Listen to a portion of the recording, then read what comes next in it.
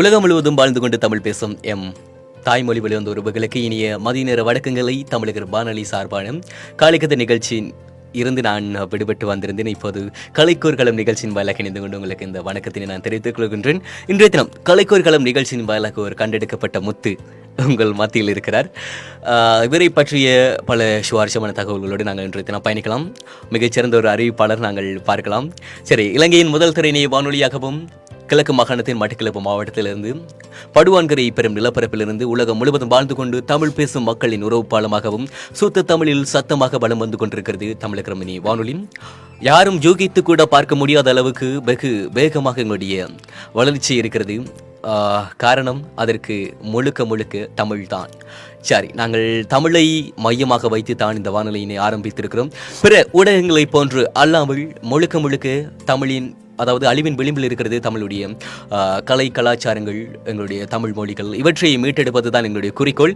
சரி, இப்போது நாங்கள் கேள்விக்குள் பாயலாம். வணக்கம். வணக்கம். வணக்கம் தோழர். வணக்கம் தோழரே. தமிழகரன் ஷனா. தமிழகரன் வானொலியில் தமிழகரன் ஷனா வந்திருக்கிறார். பேரை பார்க்கும்போது எப்படி ஒரு சந்திப்பான ஒரு பேர். சரி ஷனா, உங்களை பற்றி நீங்கள் சொல்வதை விட தமிழகத்தில் ஒரு சில விதிமுறைகள் இருக்கிறது. நாங்கள் அதனை நிகழ்ச்சியின் ஆரம்பத்திலே கூறிக்கொள்ளலாம். நீங்கள் தமிழகத்தில் பல விதிமுறைகள் இருக்கிறது. ஆனால் மிக முக்கியமானது ஒரு விதிமுறை நீங்கள் அறிந்திருப்பீர்கள் என்று நான் நினைக்கிறேன். தெரியுமா?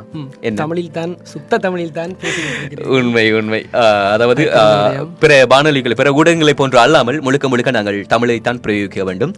அதன் காரணத்தினால் அதுதான் எங்களுடைய தமிழக வானொலியின் முதல் ஒரு என்ன சொல்வது குறிக்கோளாக இருக்கிறது. சரி, இப்போது நீங்கள் உங்களை பற்றி சொல்லுங்கள். உங்களுடைய ஆரம்பத்திலிருந்து நீங்கள் படித்தது தொடக்கம், இப்போது ஒரு அறிவிப்பாளராக தோற்றம் பெற்றது தொடக்கம் கூறுங்கள். உங்களுடைய ஆரம்ப கல்வி எங்கிருந்து ஆரம்பிக்கப்பட்டது? முதற்கண், என்னை இறைவன் நன்றாக படைத்தனன், தன்னை நன்றாக தமிழ் செய்யுமாறு என்று தமிழுக்கு ஒரு அழகான வசனத்தை சொல்லிச் சென்ற திருமூலர் பெருமான், எங்களுடைய தாய் தமிழுடைய மூத்தவர் திருமூலர் பெருமான் அவருடைய பாதத்தை பணிந்தவனாக இன்று நான் எங்களுடைய தமிழகரம் வானொலி மிகவும் சிறப்பாக சென்று கொண்டிருக்கிறது. தமிழுக்காக ஒரு களம் அமைத்து அனைத்து கலைஞர்களையும் ஊக்குவித்துக் கொண்டிருக்கிறார்கள். அதையும் விட எங்களுடைய அழிவின் விளிம்பில் இருந்து கொண்டிருக்கின்ற எங்களுடைய கலை கலாச்சார பண்புகளை மிகவும் துல்லியமான முறையில் மீட்டெடுத்து கொண்டிருக்கிறார்கள்.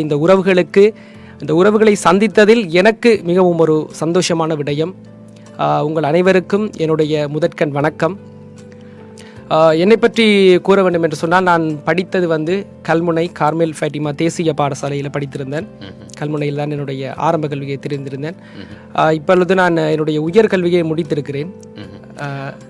உயர்கல்வியெல்லாம் முடிச்சிட்டீங்க. சரி, இப்போது நாங்கள் இன்னும் சாதிக்க பிறந்தாலும் முதலில் எங்களுடைய ஒரு நல்ல பேரை எடுத்துக் கொடுப்பது தாய் தந்தைக்கு.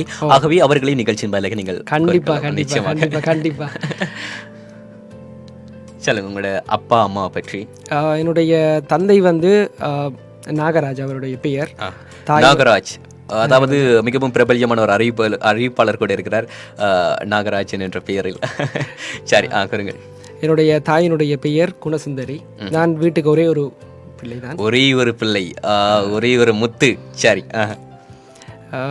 எவ்வாறாக இருந்தாலும் நம்மளுடைய தாய் தமிழை மீட்டெடுக்க வேண்டும் என்று சொல்லி ஒரு சிறிய வயதிலிருந்தே என்னுடைய தரம் 3ஆம் ஆண்டிலிருந்தே பேச்சுத்துறையிலிருந்து ஆர்வம் காட்டி தற்பொழுது கூட என்னால் எந்தளவு தூரத்திற்கு என்னுடைய தமிழை வெளி உலகத்திற்கு கொண்டு செல்வேன் எனக்கு தெரியவில்லை. ஆனால் என்னால் முடிந்த அளவுக்கு சில விடயங்களை செய்து கொண்டிருக்கிறேன். அது கடவுள் மற்றும் என்னுடைய குருவினுடைய துணைதான்.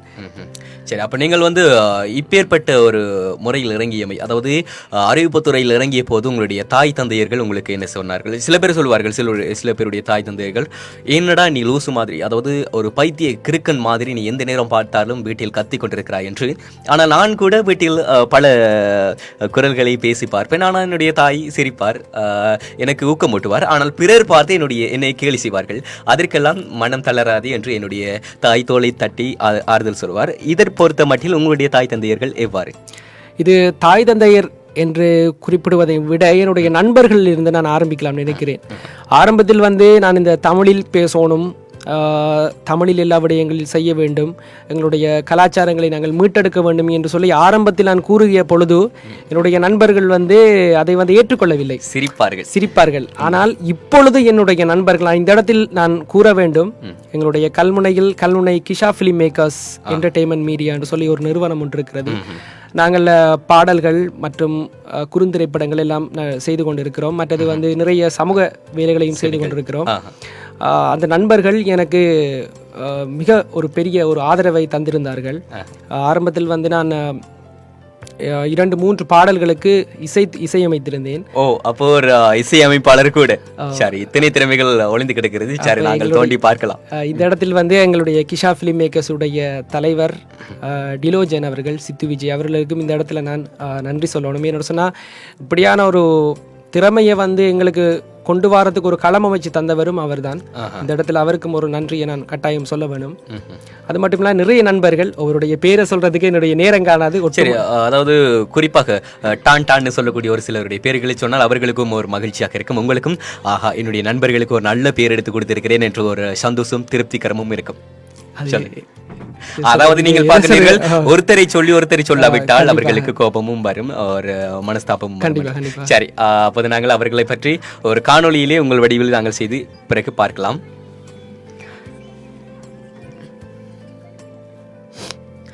சரி, இப்போது நீங்கள் அதாவது பிறர் வந்து ஒருவரை பார்த்து தான் வளர்ந்து வருவார்கள். தமிழை பொறுத்த மட்டில் நிறைய பேர் பாரதியாரை பார்த்தவுடன் நான் வீறு கொண்டு தமிழ் பேசணும் என்று கூட நிறைய பேருக்கு அந்த ஆர்வங்கள் வரும். உங்களுக்கு யாரை பார்த்தவுடன் நான் தமிழ் கற்றுக்கொள்ள வேண்டும், விரைப்பாக பேச வேண்டும், அதை உரைப்பாக பேச வேண்டும், தமிழர்கள் ரசித்து ருசித்து பேசக்கூடிய அளவுக்கு நான் தமிழை கற்றுக்கொள்ள வேண்டும் என்று உங்களுக்கு எவ்வாறு இந்த ஆர்வம் வந்தது? என்னை பொறுத்தவரையிலே வந்து நான் யாரையும் பார்த்து இந்த துறைக்கு வருவேன் என்று சொல்வதை விட என்னுடைய குரு, என்னுடைய ஒரு மோட்டிவேட்டர் இருக்கிறார். நான் அவரோட பேரை வந்து இந்த இடத்துல இப்போ நான் சொல்லலை. நான் இன்னும் என்னுடைய படிகள் வந்து மேலே வந்ததுக்கு பிறகு நான் அவரோட பேரை கண்டிப்பாக சொல்லுவேன். நிச்சயமாக அவர் மூலம்தான் நான் இந்த இடத்துக்கு வந்ததுக்கும் அவர் மிகப்பெரிய ஒரு காரணம். அவருடைய ஊக்கம் மற்றும் அவர் தர சிந்தனைகள் எல்லாம் தான் ஒரு காரணம். கண்டிப்பாக இன்னொரு விடயம் சொல்ல வேண்டும். ஆரம்பத்தில் வந்து எனக்கு இந்த ஆர்வம் வந்தது என்று சொன்னால், சாதாரணமாக எங்களுடைய வாழ்வியலில் செய்கின்ற அத்தனை விடயங்களிலும், எங்களுடைய தமிழர்களுடைய அத்தனை விடயங்களிலும் அறிவியல் ரீதியான உண்மைகள் பொதிந்திருக்கிறது. உண்மை. ஆனால் அதனை வந்து நாங்கள் வந்து ஏதோ ஒரு மூட நம்பிக்கை என்று சொல்லி எங்களுடைய சமயத்தை வந்து, எங்களுடைய தமிழை வந்து தட்டிவிட்டு செல்வார்கள். இப்போ சாதாரணமாக வந்து எங்களுடைய இடுப்பில் வந்து நாங்கள் அருணாக்கொடி, அப்ப வந்து சொல்லுவார்கள், இவர்கள் வந்து எவ்வளவு பெரிய ஒரு கடவுளை ஒரு சிறிய நூலில் நீங்கள் அடக்குகிறீர்கள், ஒரு முட்டாள்தனமாக தெரியவில்லையா என்று சொல்லி எங்களுக்கு எல்லாம் கேட்பாங்க. உண்மையில் அதுக்கான அர்த்தங்கள் வந்து மிகவும் வந்து ஒரு மிகப்பெரிய ஒரு அளவில் பொதிந்திருக்கிறது. காரணமாக ஒரு சிறியதை அதை சொல்லுவிடுறேன். என்ன சொன்னால், இப்ப உலகத்தில் வந்து குணப்படுத்த முடியாமல் இருக்கின்ற ஒரு நோய் வந்து கேன்சர் என்று சொல்லுவாங்க. அந்த நோய்க்கான மருந்து எங்களுடைய முன்னோர்கள் அந்த இடத்திலே வச்சிருக்காங்க. காரணம் என்ன சொன்னா, இந்த காலத்துல வந்து நாங்கள் யாருமே அதை பின்பற்றது இல்லைன்னு தான் சொல்லலாம். என்ன சொன்னால், நாங்கள் பிறந்த உடனே எங்களுடைய தாய்க்கும் பிள்ளைக்குமான தொப்புள் கொடி இருக்கு தானே, அந்த தொப்புள் கொடியினை வெட்டி அதனை வந்து அரைத்து மாவாக்கி அந்த அருணாக்கொடி போற அந்த இடத்துல வந்து பூட்டி எங்களோட இடுப்புல கட்டிக்கொள்வார்கள். எங்களுக்கு ஏதாவது ஒரு இடத்துல வந்து தீராத நோய், அந்த இடத்தில் தீராத நோய் என்று குறிப்பிடுகின்ற பொழுது அதாவது புற்றுநோய் மற்றும் ஏதும் ஒரு விஷ நோய்கள் எங்களை அண்டுகின்ற பொழுது நிச்சயம் அந்த நோய்களை வந்து குணப்படுத்தக்கூடியதாக இருக்கும் அந்த அருணாக்கொடி. நிச்சயம் இவ்வாறான விடயங்களை வந்து நாங்கள் சமூகத்தின் மத்தியில் கண்டிப்பாக கொண்டு செல்ல வேண்டும் என்கின்ற ஒரு அவாதான் இந்த தூரத்துக்கு என்னை வந்து சேர்த்திருந்தது. அதாவது பிறர் வந்து எங்களுடைய தமிழை பற்றி ஏளனமாக பேசுவதை நாங்கள் வந்து அவர்கள் மத்தியில் எங்களுடைய தமிழ் எந்த அளவுக்கு வளர்ந்து வருகிறது, எத்தனை உண்மைகளை வந்து புதைத்திருக்கிறது என்று கூறலாம். குறிப்பாக நீங்கள் எதை கூறும்போது எனக்கு ஞாபகங்கள் வருகிறது. எங்களுடைய பாட்டன் பூட்டி என்று இவர்கள் வந்து மாலை நேரங்களில் நீ வீடினை பெருக்காதே, அது ஆகாது என்று கூறுவார்கள். அதற்கும் காரணம் இருக்கிறது. காரணம் உங்களுக்கு தெரியும், நீங்களே சொல்லுங்க. கண்டிப்பாக அந்த இடத்திலிருந்து ஆரம்பிக்கிறதுக்கு முதல் அதுக்கு முதல் நிறைய விடயங்கள் இருக்கிறது. படிப்படியாக செல்லாம நினைக்கிறேன். நீங்க கேட்டதுக்கு நான் கண்டிப்பா சொல்றேன். நிச்சயமாக. ஏனென்றால் உலகம் முழுவதும் வாழ்ந்து கொண்டிருக்கும் எங்களுடைய தமிழ் உறவுகளுக்கு தமிழை பற்றிய பல சுவாரஸ்யமான தகவல்கள் இன்றைக்கு வரைக்கும் தெரியாமல் தான் இருக்கிறது. அதை நாங்கள் வெளிக்கொண்டு வைப்பதுதான் எங்களுடைய முதல் நோக்கமாக இருக்கிறது. கண்டிப்பாக. அதாவது எந்த ஒரு நான் வேற அதாவது என்னுடைய சகோதர மதத்தவர்களை நான் எந்த இடத்திலும் நான் தாக்கி பேசினது இல்லை. ஆனால் என்னுடைய மதத்தையும் என்னுடைய இனத்தையும் நான் எந்த இடத்திலும் யாருக்காகவும் விட்டு கொடுக்க மாட்டேன். இதுதான் என்னுடைய முதலாவது கொள்கை. ஏனென்று சொன்னால் நான் எங்களுடைய ஆரம்பத்தில் சாதாரணமாக இந்துக்களாக இருப்போம். எங்களுடைய இந்துக்கள் சாதாரணமாக வீட்டில் ஆரம்பிக்கின்ற வழிபாட்டில் இருந்து நாங்கள் ஆலயங்களுக்கு செல்கின்ற வழிபாட்டில் அத்தனையிலுமே மிகவும் அறிவியல் ரீதியான உண்மைகளை எங்களுடைய முன்னோர்கள் பதித்து சென்றிருக்கிறார்கள். சாதாரணமாக சொல்கிறார்கள் தமிழர்கள் முட்டாள்கள் என்று. ஆனால் இன்றைய விஞ்ஞானம் எந்தளவு தூரம் இருக்கின்றது என்று தெரியவில்லை. ஆனால் அந்த காலத்திலே அணுவுக்கு அணுவாய் அப்பாலுக்கு அப்பாலாய் என்று அணுவையும் பிரித்து சொல்கின்றார்கள் எங்களுடைய தமிழர்கள். அதாவது உலகம் ஆரம்பத்திலிருந்தே எங்களுடைய தமிழுக்கு குறிக்கோளான பல கருத்துக்கள் இருக்கிறது. கண்டிப்பாக திருவள்ளுவரே அதனை வகுத்து காட்டியிருக்கிறார். உண்மை என்ன சொன்னா இப்போதான் சொல்றாரு அணுவை பிரிக்கலாம், அணுவை பிரிந்து செல்லலாம் என்று சொல்லுகிறார். ஆனால் அந்த காலத்திலே அணுவையும் பிரிந்து எங்களுடைய தமிழர்கள் அவருடைய பாடல்களில் சென்றிருக்கிறார்கள். உண்மையிலே எங்களுடைய வாழ்வில் நிறைய எங்களுடைய தமிழர்களை எடுத்துக்கொண்ட தேவாரம், திருவாசகம், திருமந்திரம், திருமுறை என்று சொல்லி எண்ணில் அடங்காத நூல்கள் எங்களுடைய சமயத்தில் இருக்கிறது. அதிலும் அதாவது திருமூலர் எழுதிய திருமந்திரம் இது சம்பந்தமாக ஒரு மிகப்பெரிய ஒரு என்னுடைய குருவினுடைய துணையில், அவர் என்னுடைய பேரை நான் சொல்ல விரும்பவில்லை, அதாவது நான் இன்னும் வளர்ந்ததுக்கு பிறகு அவருடைய பேரை சொல்லலாம் என்று நினைக்கிறேன். அவருடைய வழிகாட்டலின் கீழ் திருமந்திரத்தில் இருக்கின்ற அத்தனை அறிவியல் ரீதியான உண்மைகள், மருத்துவம் வேண்டுமா, வாழ்வியல் வேண்டுமா, கல்வி வேண்டுமா, கலவி வேண்டுமா, அனைத்திற்கும் எங்களுடைய திருமூலர் அவர்கள் வகுத்திருக்கின்ற பாதை மிகவும் அருமை. அவருடைய பாடல்கள் ஒவ்வொன்றிலும் எங்களுடைய வாழ்வியல் ரீதியான உண்மைகள், விஞ்ஞான ரீதியான உண்மைகள் பொதிந்தே இருக்கின்றது. அது சம்பந்தமான காணொளிகளை எங்களுடைய தமிழகரம் வானொலி ரீதியாக நிச்சயம் எங்களுடைய உறவுகளுக்கு நான் கொண்டு சேர்ப்பேன். அதைத்தான் எதிர்பார்க்கின்றோம். காரணம், நீங்கள் தமிழை முறையாக பயின்று கொண்டிருக்கின்றீர்கள். தமிழை பற்றிய பல உண்மை தன்மையான சுவாரஸ்யமான தகவல்கள் புதைக்கப்பட்டிருக்கிறது. அதனை தோண்டி எங்களுடைய உலகம் முழுவதும் வாழ்ந்து கொண்டிருக்கும் தமிழ் மக்களுக்கு வெளிச்சப்படுத்துவதே உங்களுடைய முதற் குறிக்கோளாக. கண்டிப்பாக இன்னொரு விடயம் ஒன்று சொல்ல வேண்டும். இந்த காலத்தில் நாங்கள் நிறைய பேர் பூஜை அறைக்குள் சென்று சாமி கும்பிடுவது என்று சொல்வது மிகவும் குறைவாக இருக்கிறது. உண்மை. ஆனால் எங்களுடைய பூஜை அறையில் சென்று நாங்கள் முறையாக எங்களுடைய பிரார்த்தனைகளை நாங்கள் செய்கின்ற பொழுது அந்த இடத்தில் மிகப்பெரிய ஒரு அறிவியலை அந்த காலத்திலே பொதித்து சென்றிருக்கிறார்கள். காரணம் என்னென்று சொன்னால், நாங்கள் ஆரம்பத்தில் பார்த்தால் தீபாராதனை காட்டுவோம், மணி அடித்து தீபாராதனை காட்டுவோம். நிறைய இடத்தில் நிறைய சினிமாக்களில் எங்களுடைய தீபாராதனை காட்டுவதையும் மணி அடிப்பதையும் கேளிக்கையான முறையில் சித்தரித்துக் கொண்டிருக்கிறார்கள். உண்மையிலே எங்களுடைய தமிழினுடைய கலாச்சாரங்கள் சீரழிவதற்கான காரணம் எங்களுடைய கலாச்சாரங்களை கேளிக்கையான முறையில் காட்டுவதை நாங்கள் ரசித்துக் கொண்டிருக்கிறோம். இந்த காலத்து இளைஞர்கள் ரசித்துக் கொண்டிருக்கிறார்கள். எங்களுடைய மதத்தில் இருக்கின்ற சில விடயங்களை கேளிக்கையான முறையில் காட்டிக் கொண்டிருப்பதையும் அவர்களுக்கு அதுதான் பிடித்திருக்கிறது. அப்போ அவ்வாறான இளைஞர்களை நாங்கள் கண்டிப்பாக அவர்களுக்கு தெளிவூட்ட வேண்டும். உண்மையில் அந்த தீபாராதனை காட்டுவதன் போது ஒரு சிறியதொரு விடயம்தான், 2 மூளையும் வேலை செய்கிறது. எவ்வாறு சகோதரர்? எனக்கு அதாவது நான் இதை பற்றி விரிவாக கற்றது இல்லை. சிறிய ஒரு விடயம் தான். நீங்கள் பாருங்கள், தீபாராதனை காட்டுகின்ற பொழுது இந்த கையால் நாங்கள் மணியடிப்பு பண்ணுவீங்க. இது இடது கை இவ்வாறான ஒரு அசைவை ஏற்படுத்தும்.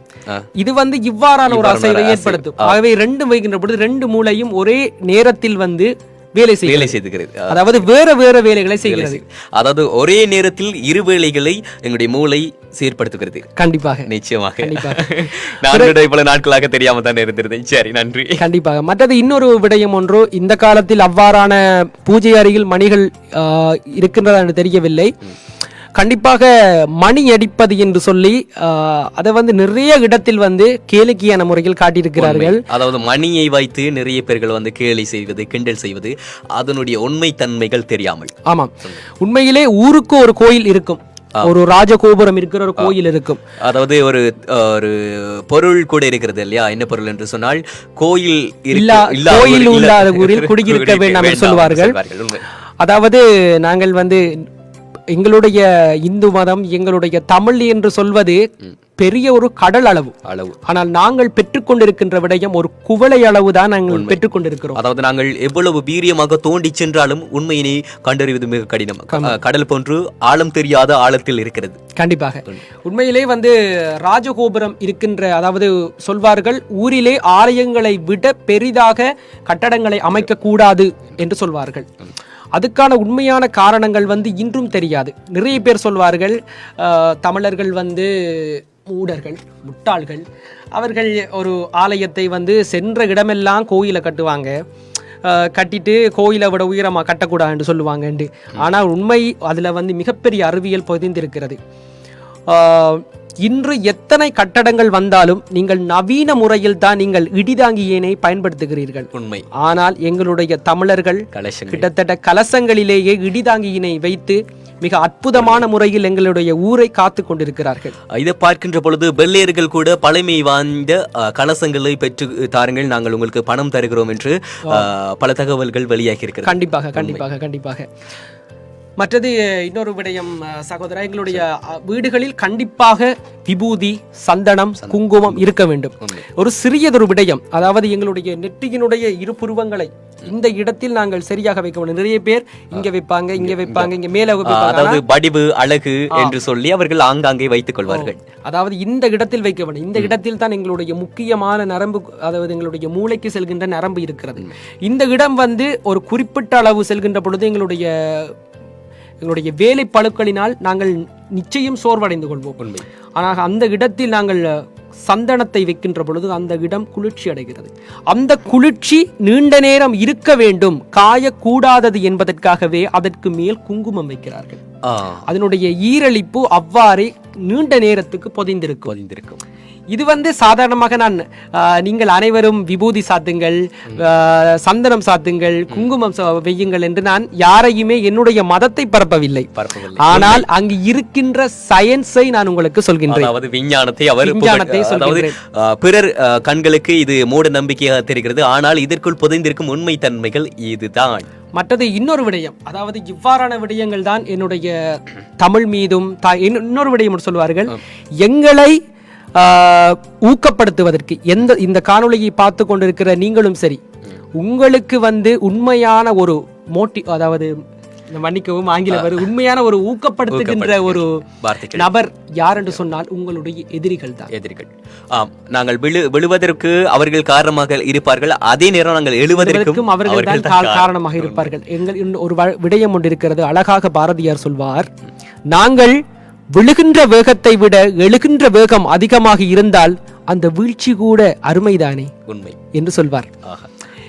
ஆகவே நாங்கள் எவ்வளவு கேவலமாக எங்களை விமர்சிக்கிறார்களோ அவ்வளவு தூரம் எங்களுடைய வளர்ச்சி இருக்க வேண்டும் என்று ஒரு ஆவல் இருக்கும். அதேதான் என்னுடைய மதத்திலும் நான் செய்தேன்.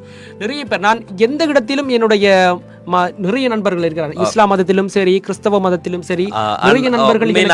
இந்த இடத்தில் வந்து ஒன்றை நாங்கள் கூறிக்கொள்ள விரும்புகின்றோம். நாங்கள் பார்க்கின்ற பொழுது எல்லாருமே ஒரு தமிழர்கள் தான். மார்க்கம், நாங்கள் தலைவிரிக்க மார்க்கங்கள் தான் வெவ்வேறு, இஸ்லாமா இருக்கட்டும், அதே போன்று கிறிஸ்தவமாக இருக்கட்டும், அதே போன்று சைவங்களாக கூட இருக்கட்டும், இந்துக்களாக கூட இருக்கட்டும், நாங்கள் தலைவிரிக்கும் மார்க்கங்கள் தான் வெவ்வேறு தவிர எங்களுடைய உணர்வு பூர்வமான எங்களுடைய வாழ்க்கை முறை தமிழ் தான். எங்களை வெட்டிவிட்டால் எங்களிலிருந்து ஓடும் இரத்தம் சிவப்பு இரத்தம் தான். அதனால் நாங்கள் வந்து மதத்தினை நாங்கள் விரிவுபடுத்தவில்லை, உண்மையை நாங்கள் விரிவுரைக்கின்றோம். ஏனென்றால் இது தமிழர்களுடைய உண்மைகள், நாங்கள் மதத்தை போதிப்பது என்று நீங்கள் தவறாக எண்ணிக்கொள்ளக்கூடாது. இந்த இடத்தில் வந்து நான் இது கூறுவதற்கான காரணம், ஒரு விடயம் ஒன்றை சொல்கிறேன், என்ன இல்லை எங்களுடைய மதத்தில், எங்களுடைய இந்து சமயத்தில், எங்களுடைய தமிழில் என்ன இல்லை என்று சொல்லி நிறைய பேர் வந்து மதம் மாறிக்கொண்டு செல்கிறார்கள். உண்மை. காரணம் என்ன இல்லை வாழ்வியல் நிறைய விடயம். இன்னொரு விடயம் சொல்வார்கள், இந்த இடத்தில் நான் கேட்டவுடன், தீண்டாமை. அதாவது இந்த ஒரு விடயம் எந்த ஒரு விடயத்திலேயும் தான், என்னதான் பேரழகியாக இருந்தாலும் ஒரு மச்சம் ஒன்று வைத்தால் தான் அவளுக்கு அழகு. பெண்களுக்கு மச்சம் இருப்பது மிக அழகு என்று கூறுவார்கள். அதே மாதிரி தான் என்னதான் பேரழகாக இருந்தாலும் எங்களுடைய இந்து சமயம், எங்களுடைய தமிழ் ஒரு கருப்பு புள்ளி, அந்த சாதியம் என்ற ஒரு மச்சம் இருந்தா தான் கண்படாம இருக்கும் எங்களோட மதத்துக்கு. அதே போன்று இதற்கு மறையாக இன்னும் பல செய்திகள் இருக்கிறது. குறிப்பாக காலில் மெட்டி போடுவது, கண்டிப்பாக கொலிசிகள் போடுவது, மூக்குத்தி குத்துவது, இதற்கு பின்பதாகவும் பல உண்மை தன்மைகள் இருக்கிறது. நீங்கள் நினைக்கலாம் அது அழகு என்று. பிறர் போன்று அது அழகு அல்ல, அதற்குரிய உண்மை தன்மைகள் பல்வேறு இருக்கிறது. கண்டிப்பாக. இன்னொரு விடயம் ஒன்றை சொல்லலாம். நிறைய பேர் சொல்வார்கள், சிலை வணங்கிகள், கல்லை வழிபடுகின்ற மூடர்களடா தமிழர்களே நீங்கள் என்று சொல்வார்கள். இந்த விடயம் என்னுடைய மனதை மிகவும் ஆழமாக காயப்படுத்திய ஒரு விடயம். நான் இந்த இடத்தில் மீண்டும் மீண்டும் சொல்கிறேன், நான் யாரையும் தாக்கி பேசவில்லை. என்னுடைய மதத்திற்கு, என்னுடைய மொழிக்கு ஏற்படுகின்ற அவமானங்களை போக்குவதே எங்களுடைய நோக்கம். குறிப்பாக அதாவது தமிழர்கள் தோன்றியது கல் தோன்றிய மண் தோன்றிய அந்த காலத்தில் மனிதர்கள் தோன்றிய போது தமிழர்கள் தோன்றப்பட்டார்கள். தமிழர்களுக்கு என்று இருந்தது லெமோரியா என்று கூறுவார்கள், எங்களுடைய கண்டம் குமரி கண்டத்தில் கூட இருந்த வழிபாடுகள், அதாவது சைவ வழிபாடுகள் தான் இருந்தது என்று இன்று கூட தொல்பொருள் ஆராய்ச்சியாளர்கள் கண்டுபிடித்துக் கொண்டிருக்கிறார்கள். இதுதான் உண்மை தன்மை. கண்டிப்பாக. உண்மையிலே சகோதரர், நாங்கள் ஏன் கல்லை நான் உண்மையாக ஏற்றுக்கொள்வேன். ஆமாம், நாங்கள் கல்லைத்தான் வழிபடுகிறோம். ஆமாம், நாங்கள் சிலை வணங்கிகள் தான். ஆனால் நாங்கள் விஞ்ஞானிகள் என்று சொல்வோம். கண்டிப்பாக அதற்கான காரணம் இங்கு பார்த்து கொண்டிருக்கின்ற தமிழகரம் வானொலியுடைய நேயர்கள் அனைவரும் நீங்கள் இந்த தருணத்தில் அறிய வேண்டும். காரணம் என்னவென்று சொன்னால், எங்களுடைய சிலைகளை பொறுத்தவரையில் சகோதரா, கருங்கலிலே எங்களுடைய விக்கிரகங்களை செய்வார்கள். அந்த கருங்கல்லுடைய விக்கிரகங்களை செய்ததற்கு அப்பால் எங்களுடைய கும்பாபிஷேக நேரத்தை எடுத்து நோக்கினோம் என்று சொன்னால், இந்த இடத்தில் நல்ல எண்ணெயினால் எண்ணெய் காப்பு சாத்துவார்கள். கண்டிப்பாக அந்த ஊரில் இருக்கின்ற மக்கள் அத்தனை பேரும் சேர்ந்து எண்ணெய் காப்பு சாத்துவார்கள். இதுக்கான சரியான காரணங்கள் தெரியுமா உங்களுக்கு? அறிந்திருக்கிறீர்கள்? நான் இதுவரைக்கும் அறிந்ததில்லை. நீங்கள் கூறினால் அது சிறப்பாக செம்மையாக இருக்கும். கண்டிப்பாக. என்னென்று சொன்னால், கண்டிப்பாக இந்த விடயம் விஞ்ஞான ரீதியாக நிரூபிக்கப்பட்ட ஒரு விடயம். அதாவது இதற்கு இந்த எங்களுடைய விஞ்ஞான ரீதியில் நிரூபிக்கப்பட்ட விடயம் என்று சொன்னால், எங்களுடைய நடராஜர் சிலை இன்று அமெரிக்காவில் ஒரு முக்கியமான இடத்திலே எங்களுடைய நடராஜர் சிலை ஆய்வுக்காக கொண்டு வைக்கப்பட்டிருக்கிறது. இதைவிட நாங்கள் எங்களுடைய மதத்திற்கும் எங்களுடைய தமிழிற்கும் ஒரு அறிவியலை நாங்கள் சொல்ல வேண்டிய விடயம் இல்லை. ஆனால் இந்த விடயத்தை நான் சொல்கிறேன். காரணம் என்னென்று சொன்னால், எங்களுடைய கருங்கல்லுக்கு ஒரு குறிப்பாக ஒரு குணம் ஒன்று இருக்கிறது. நல்லெண்ணெயை உரிந்தெடுத்துக் கொள்ளும். அதிகளவாக அந்த நல்லெண்ணெயை உரிந்தெடுத்துக் கொண்டு ஊரில் இருக்கின்ற, அதாவது எங்களுடைய கைகளில் ஏற்றங்கள் இருக்குன்னு சொல்வார்கள். கைகளை உறைஞ்சுகின்ற பொழுது, ஒரு பொருட்களின் மீது உறைஞ்சுகின்ற பொழுது நேரேற்றம் மறையேற்றம் தூண்டப்படுகிறது என்று சொல்வார்கள். அதேதான் அந்த இடத்தில் நடக்கின்றது. எங்களுடைய கைகளினால் நாங்கள் எண்ணெயை சாத்துகின்ற பொழுது ஏற்றங்கள் அந்த கல்லுக்கு கல்லு நாங்கள் சிலை வணங்கிகள் பெருமையாக ஏற்றுக்கொள்வோம். நாங்கள் சிலை வணங்கிகள் தான், சரியா? அந்த கல்லுக்கு எண்ணெய்கள் மிகவும் அதிகளவாக செல்கிறது. எவ்வளவுதான் சென்றாலும் அந்த கருங்கல்லானது அந்த நல்லெண்ணெயை உறிஞ்சி வைத்துக் கொள்ளும். உறிந்து வைத்துக் கொண்டு எங்களுடைய இன்னொரு நேரலையிலே இந்த கும்பாபிஷேகங்கள் ஏன் செய்கிறோம், இந்த கும்பாபிஷேகத்திற்கு ஏன் ஒரு குறிப்பிட்ட ஒரு சில பேர் சொல்வார்கள், ஏன் குறிப்பிட்ட பூசகர்கள் மட்டும் அந்த இடத்தில் கும்பாபிஷேகங்கள் செய்ய வேண்டும், ஏன் படித்தவர்கள் மட்டும் செய்ய வேண்டும் என்று சொல்லி, உண்மையிலே அதுக்கான காரணங்களும் இருக்கின்றது. யார் அதற்கு ஏற்றாற்போல் வைப்ரேஷன், அதுக்கு ஏற்றாற்போல ஒலிகளை எழுப்புகின்றார்களோ அதுக்கு ஏற்றாற்போல எங்களுடைய சக்திகளும் வெளிப்படும். இது சம்பந்தமாக நான் விரிவாக இன்னொரு இடத்துல சொல்கின்றேன். நான் சுருக்கமான முறையில் இதை சொல்கின்றேன். என்ன சொன்னால், நாங்கள் கும்பாபிஷேகம் எல்லாம் செய்தாச்சு, எண்ணெய் காப்பும் வச்சாச்சு, ரைட். இப்ப நாங்க தீபாராதனை காட்டி நாங்கள் பூ வைத்து நாங்கள் மாலையிட்டு வழிபடுவோம். உண்மையிலே எங்களுடைய கருங்கல், எங்களுடைய கல்லுக்கு கீழ், சாமி என்று நான் சொல்லவில்லை, எங்களுடைய கல்லுக்கு கீழே நாங்கள் தங்கத்தினால் இல்லது செப்பினால் நாங்கள் ஒரு தகடு, ஒரு யந்திரம் ஒன்றை செய்து வைப்போம் கீழ். யந்திரம் ஒன்றை செய்து வைக்கின்ற பொழுது நாங்கள் தீபாராதனை காட்டுவோம். மேலே கலசம் இருக்கிறது சரியா? அடைத்த ரூம், அடைத்த ஒரு அறை, மன்னிக்கவும், அடைத்த அறை. நாங்கள் தீபாராதனை காட்டுகின்ற பொழுது அந்த தீபாராதனையில் இருக்கின்ற சக்தி என்ன செய்யும் என்று சொன்னால் அந்த கல்லிலே பட்டு தெறிக்கும். அதாவது அதிகளவான சக்திகளை உறிந்து வைத்திருக்கின்ற அந்த கருங்கல்லானது, அந்த எண்ணெயை பெற்று சக்தியை உறிந்து வைத்துக்கின்ற கருங்கல்லானது சக்தியை தெரிக்கின்ற பொழுது அந்த கருங்கல் ஒரு சக்தியை எங்கே செலுத்துவது என்று சொல்லி ஒரு திணறும். அந்த இடத்தில் மேலே எங்களுடைய கலசமானது அதுக்கான சக்தியை வழங்கி கொண்டே இருக்கும். கிட்டத்தட்ட 10 வருடத்திற்கு அந்த கலசத்தினுடைய சக்தி இருக்கும் சரியா? அந்த சக்தி வழங்குகின்ற பொழுது எங்களுடைய கருங்கலினுடைய அடியில் இருக்கின்ற செப்பு தகடு அல்லது தங்கத்தினால் செய்வார்கள். அதனுடைய இப்போது செப்புகளில் செய்தார்கள், ஆனால் எங்களுடைய மன்னர்கள் காலத்தில் தங்கத்தினால் செய்தார்கள். அவ்வாறாக செய்கின்ற பொழுது அந்த எனர்ஜியானது, அதாவது அந்த சக்தியானது வெளியிலே தள்ளப்படும்.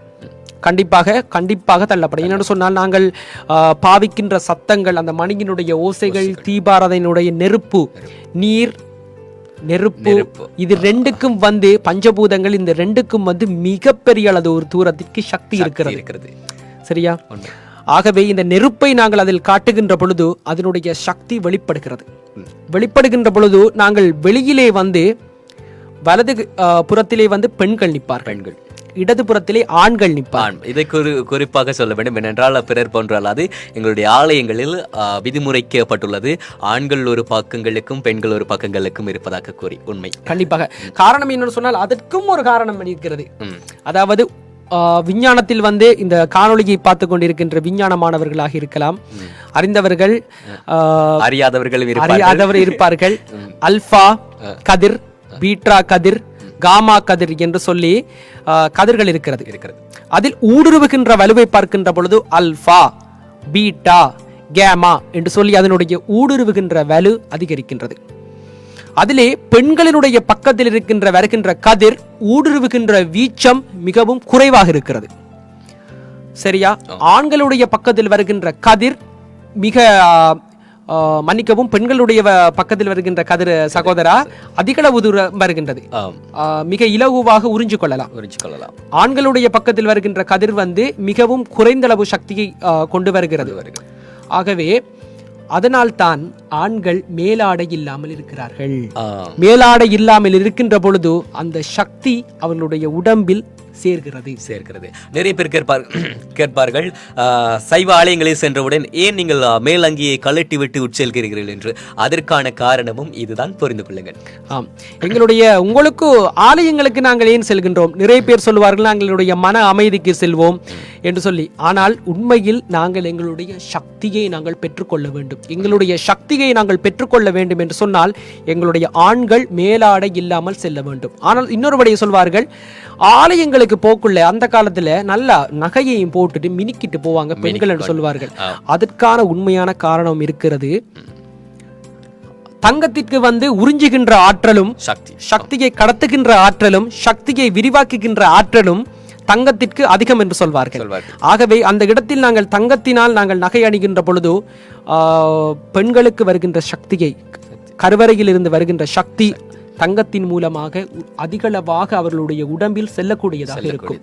அதாவது பெண்களுக்கு தான் மிக சக்தி முக்கியம். ஏனென்றால் எங்களை விட அவர்கள் தான் கொஞ்சம் வலிமையாக இருக்க வேண்டும். காரணம் நீங்கள் அறிந்தவை, எங்களை ஈன்றெடுக்கும் போது நிறைய சக்திகளை அவர்கள் பிரயோகிக்க வேண்டியதாக இருக்கிறது. கண்டிப்பாக அதற்கான சக்திகள் எங்கிருந்து பெறப்படுகிறது என்று சொன்னால் மூல காரணமாக அது ஆலயத்திலிருந்து அவர்கள் பாவிக்கும் பொருட்களிலிருந்து என்பதை விவரிக்கக்கூடியதாக இருக்கிறது. கண்டிப்பாக. ஆனால் நாங்கள் இந்த இடத்தில் பார்க்கின்ற பொழுது எங்களுடைய ஆலயம் என்று சொல்வது ஆன்மீகத்தையும் அப்பாற்பட்டு ஒரு விஞ்ஞான ரீதியான ஒரு களமாகவே எங்களுடைய ஆலயங்கள் காணப்படுகிறது. இந்த இடத்தில் ஒரு ஐயா ஒருத்தர் கமெண்ட் பண்ணியிருக்கிறார், தங்களுடைய குரு என்று அறிய ஆவலாக உள்ளது, தெரிந்து கொள்ளலாமா என்று தெரிவிக்கிறார். ஐயா, உங்களுக்கு நான் சொல்லுகின்ற ஒரு விடயம், என்னுடைய குரு, நான் இந்த இடத்தில் நான் ஒரு பூச்சியம். சிவசங்கர் கருத்து உங்களுக்காக. சரி. ஓ, சிவசங்கர் ஐயா, உங்களுக்கான கருத்து. நான் இந்த இடத்தில் இருக்கிறது வந்து நான் பூச்சியமாக இருக்கிறேன்.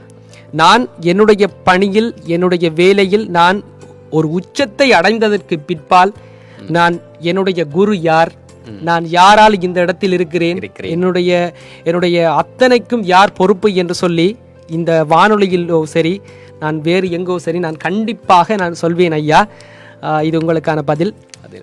அடுத்தது ஐயா, இன்னொரு விடயம், நாங்கள் கண்டிப்பாக இந்த விடயத்தை சொல்ல வேண்டும்.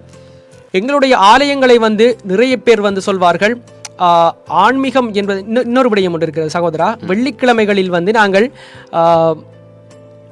மாமிசங்கள் உண்ணக்கூடாது. அதற்குரிய காரணங்கள் இருக்கிறது. நிறைய பேர் சொல்வார்கள், கண்ணப்ப நாயனார், உங்களோட கண்ணப்ப நாயனார் வந்து சிவபெருமானுக்கு வந்து மாமிசத்தை தான் படைத்திருந்தார்கள். ஆனால் நீங்கள் ஏன் மாமிசங்கள் உண்டு நீங்கள் ஆலயங்களுக்கு செல்வதில்லை என்று சொல்வார்கள். அதற்கான உண்மையான காரணம் என்னென்று சொன்னால், எங்களுடைய மரக்கறி வகைகளை உண்ணுகின்ற பொழுது எங்களுடைய உடலுக்கு வந்து எங்களுடைய சக்திகளை வந்து உறிஞ்சுகின்ற ஆற்றல் வந்து இயல்பாகவே ஏற்பட்டு கொள்கின்றது. அதுதான் ஒரு உண்மையான ஒரு விடயம்.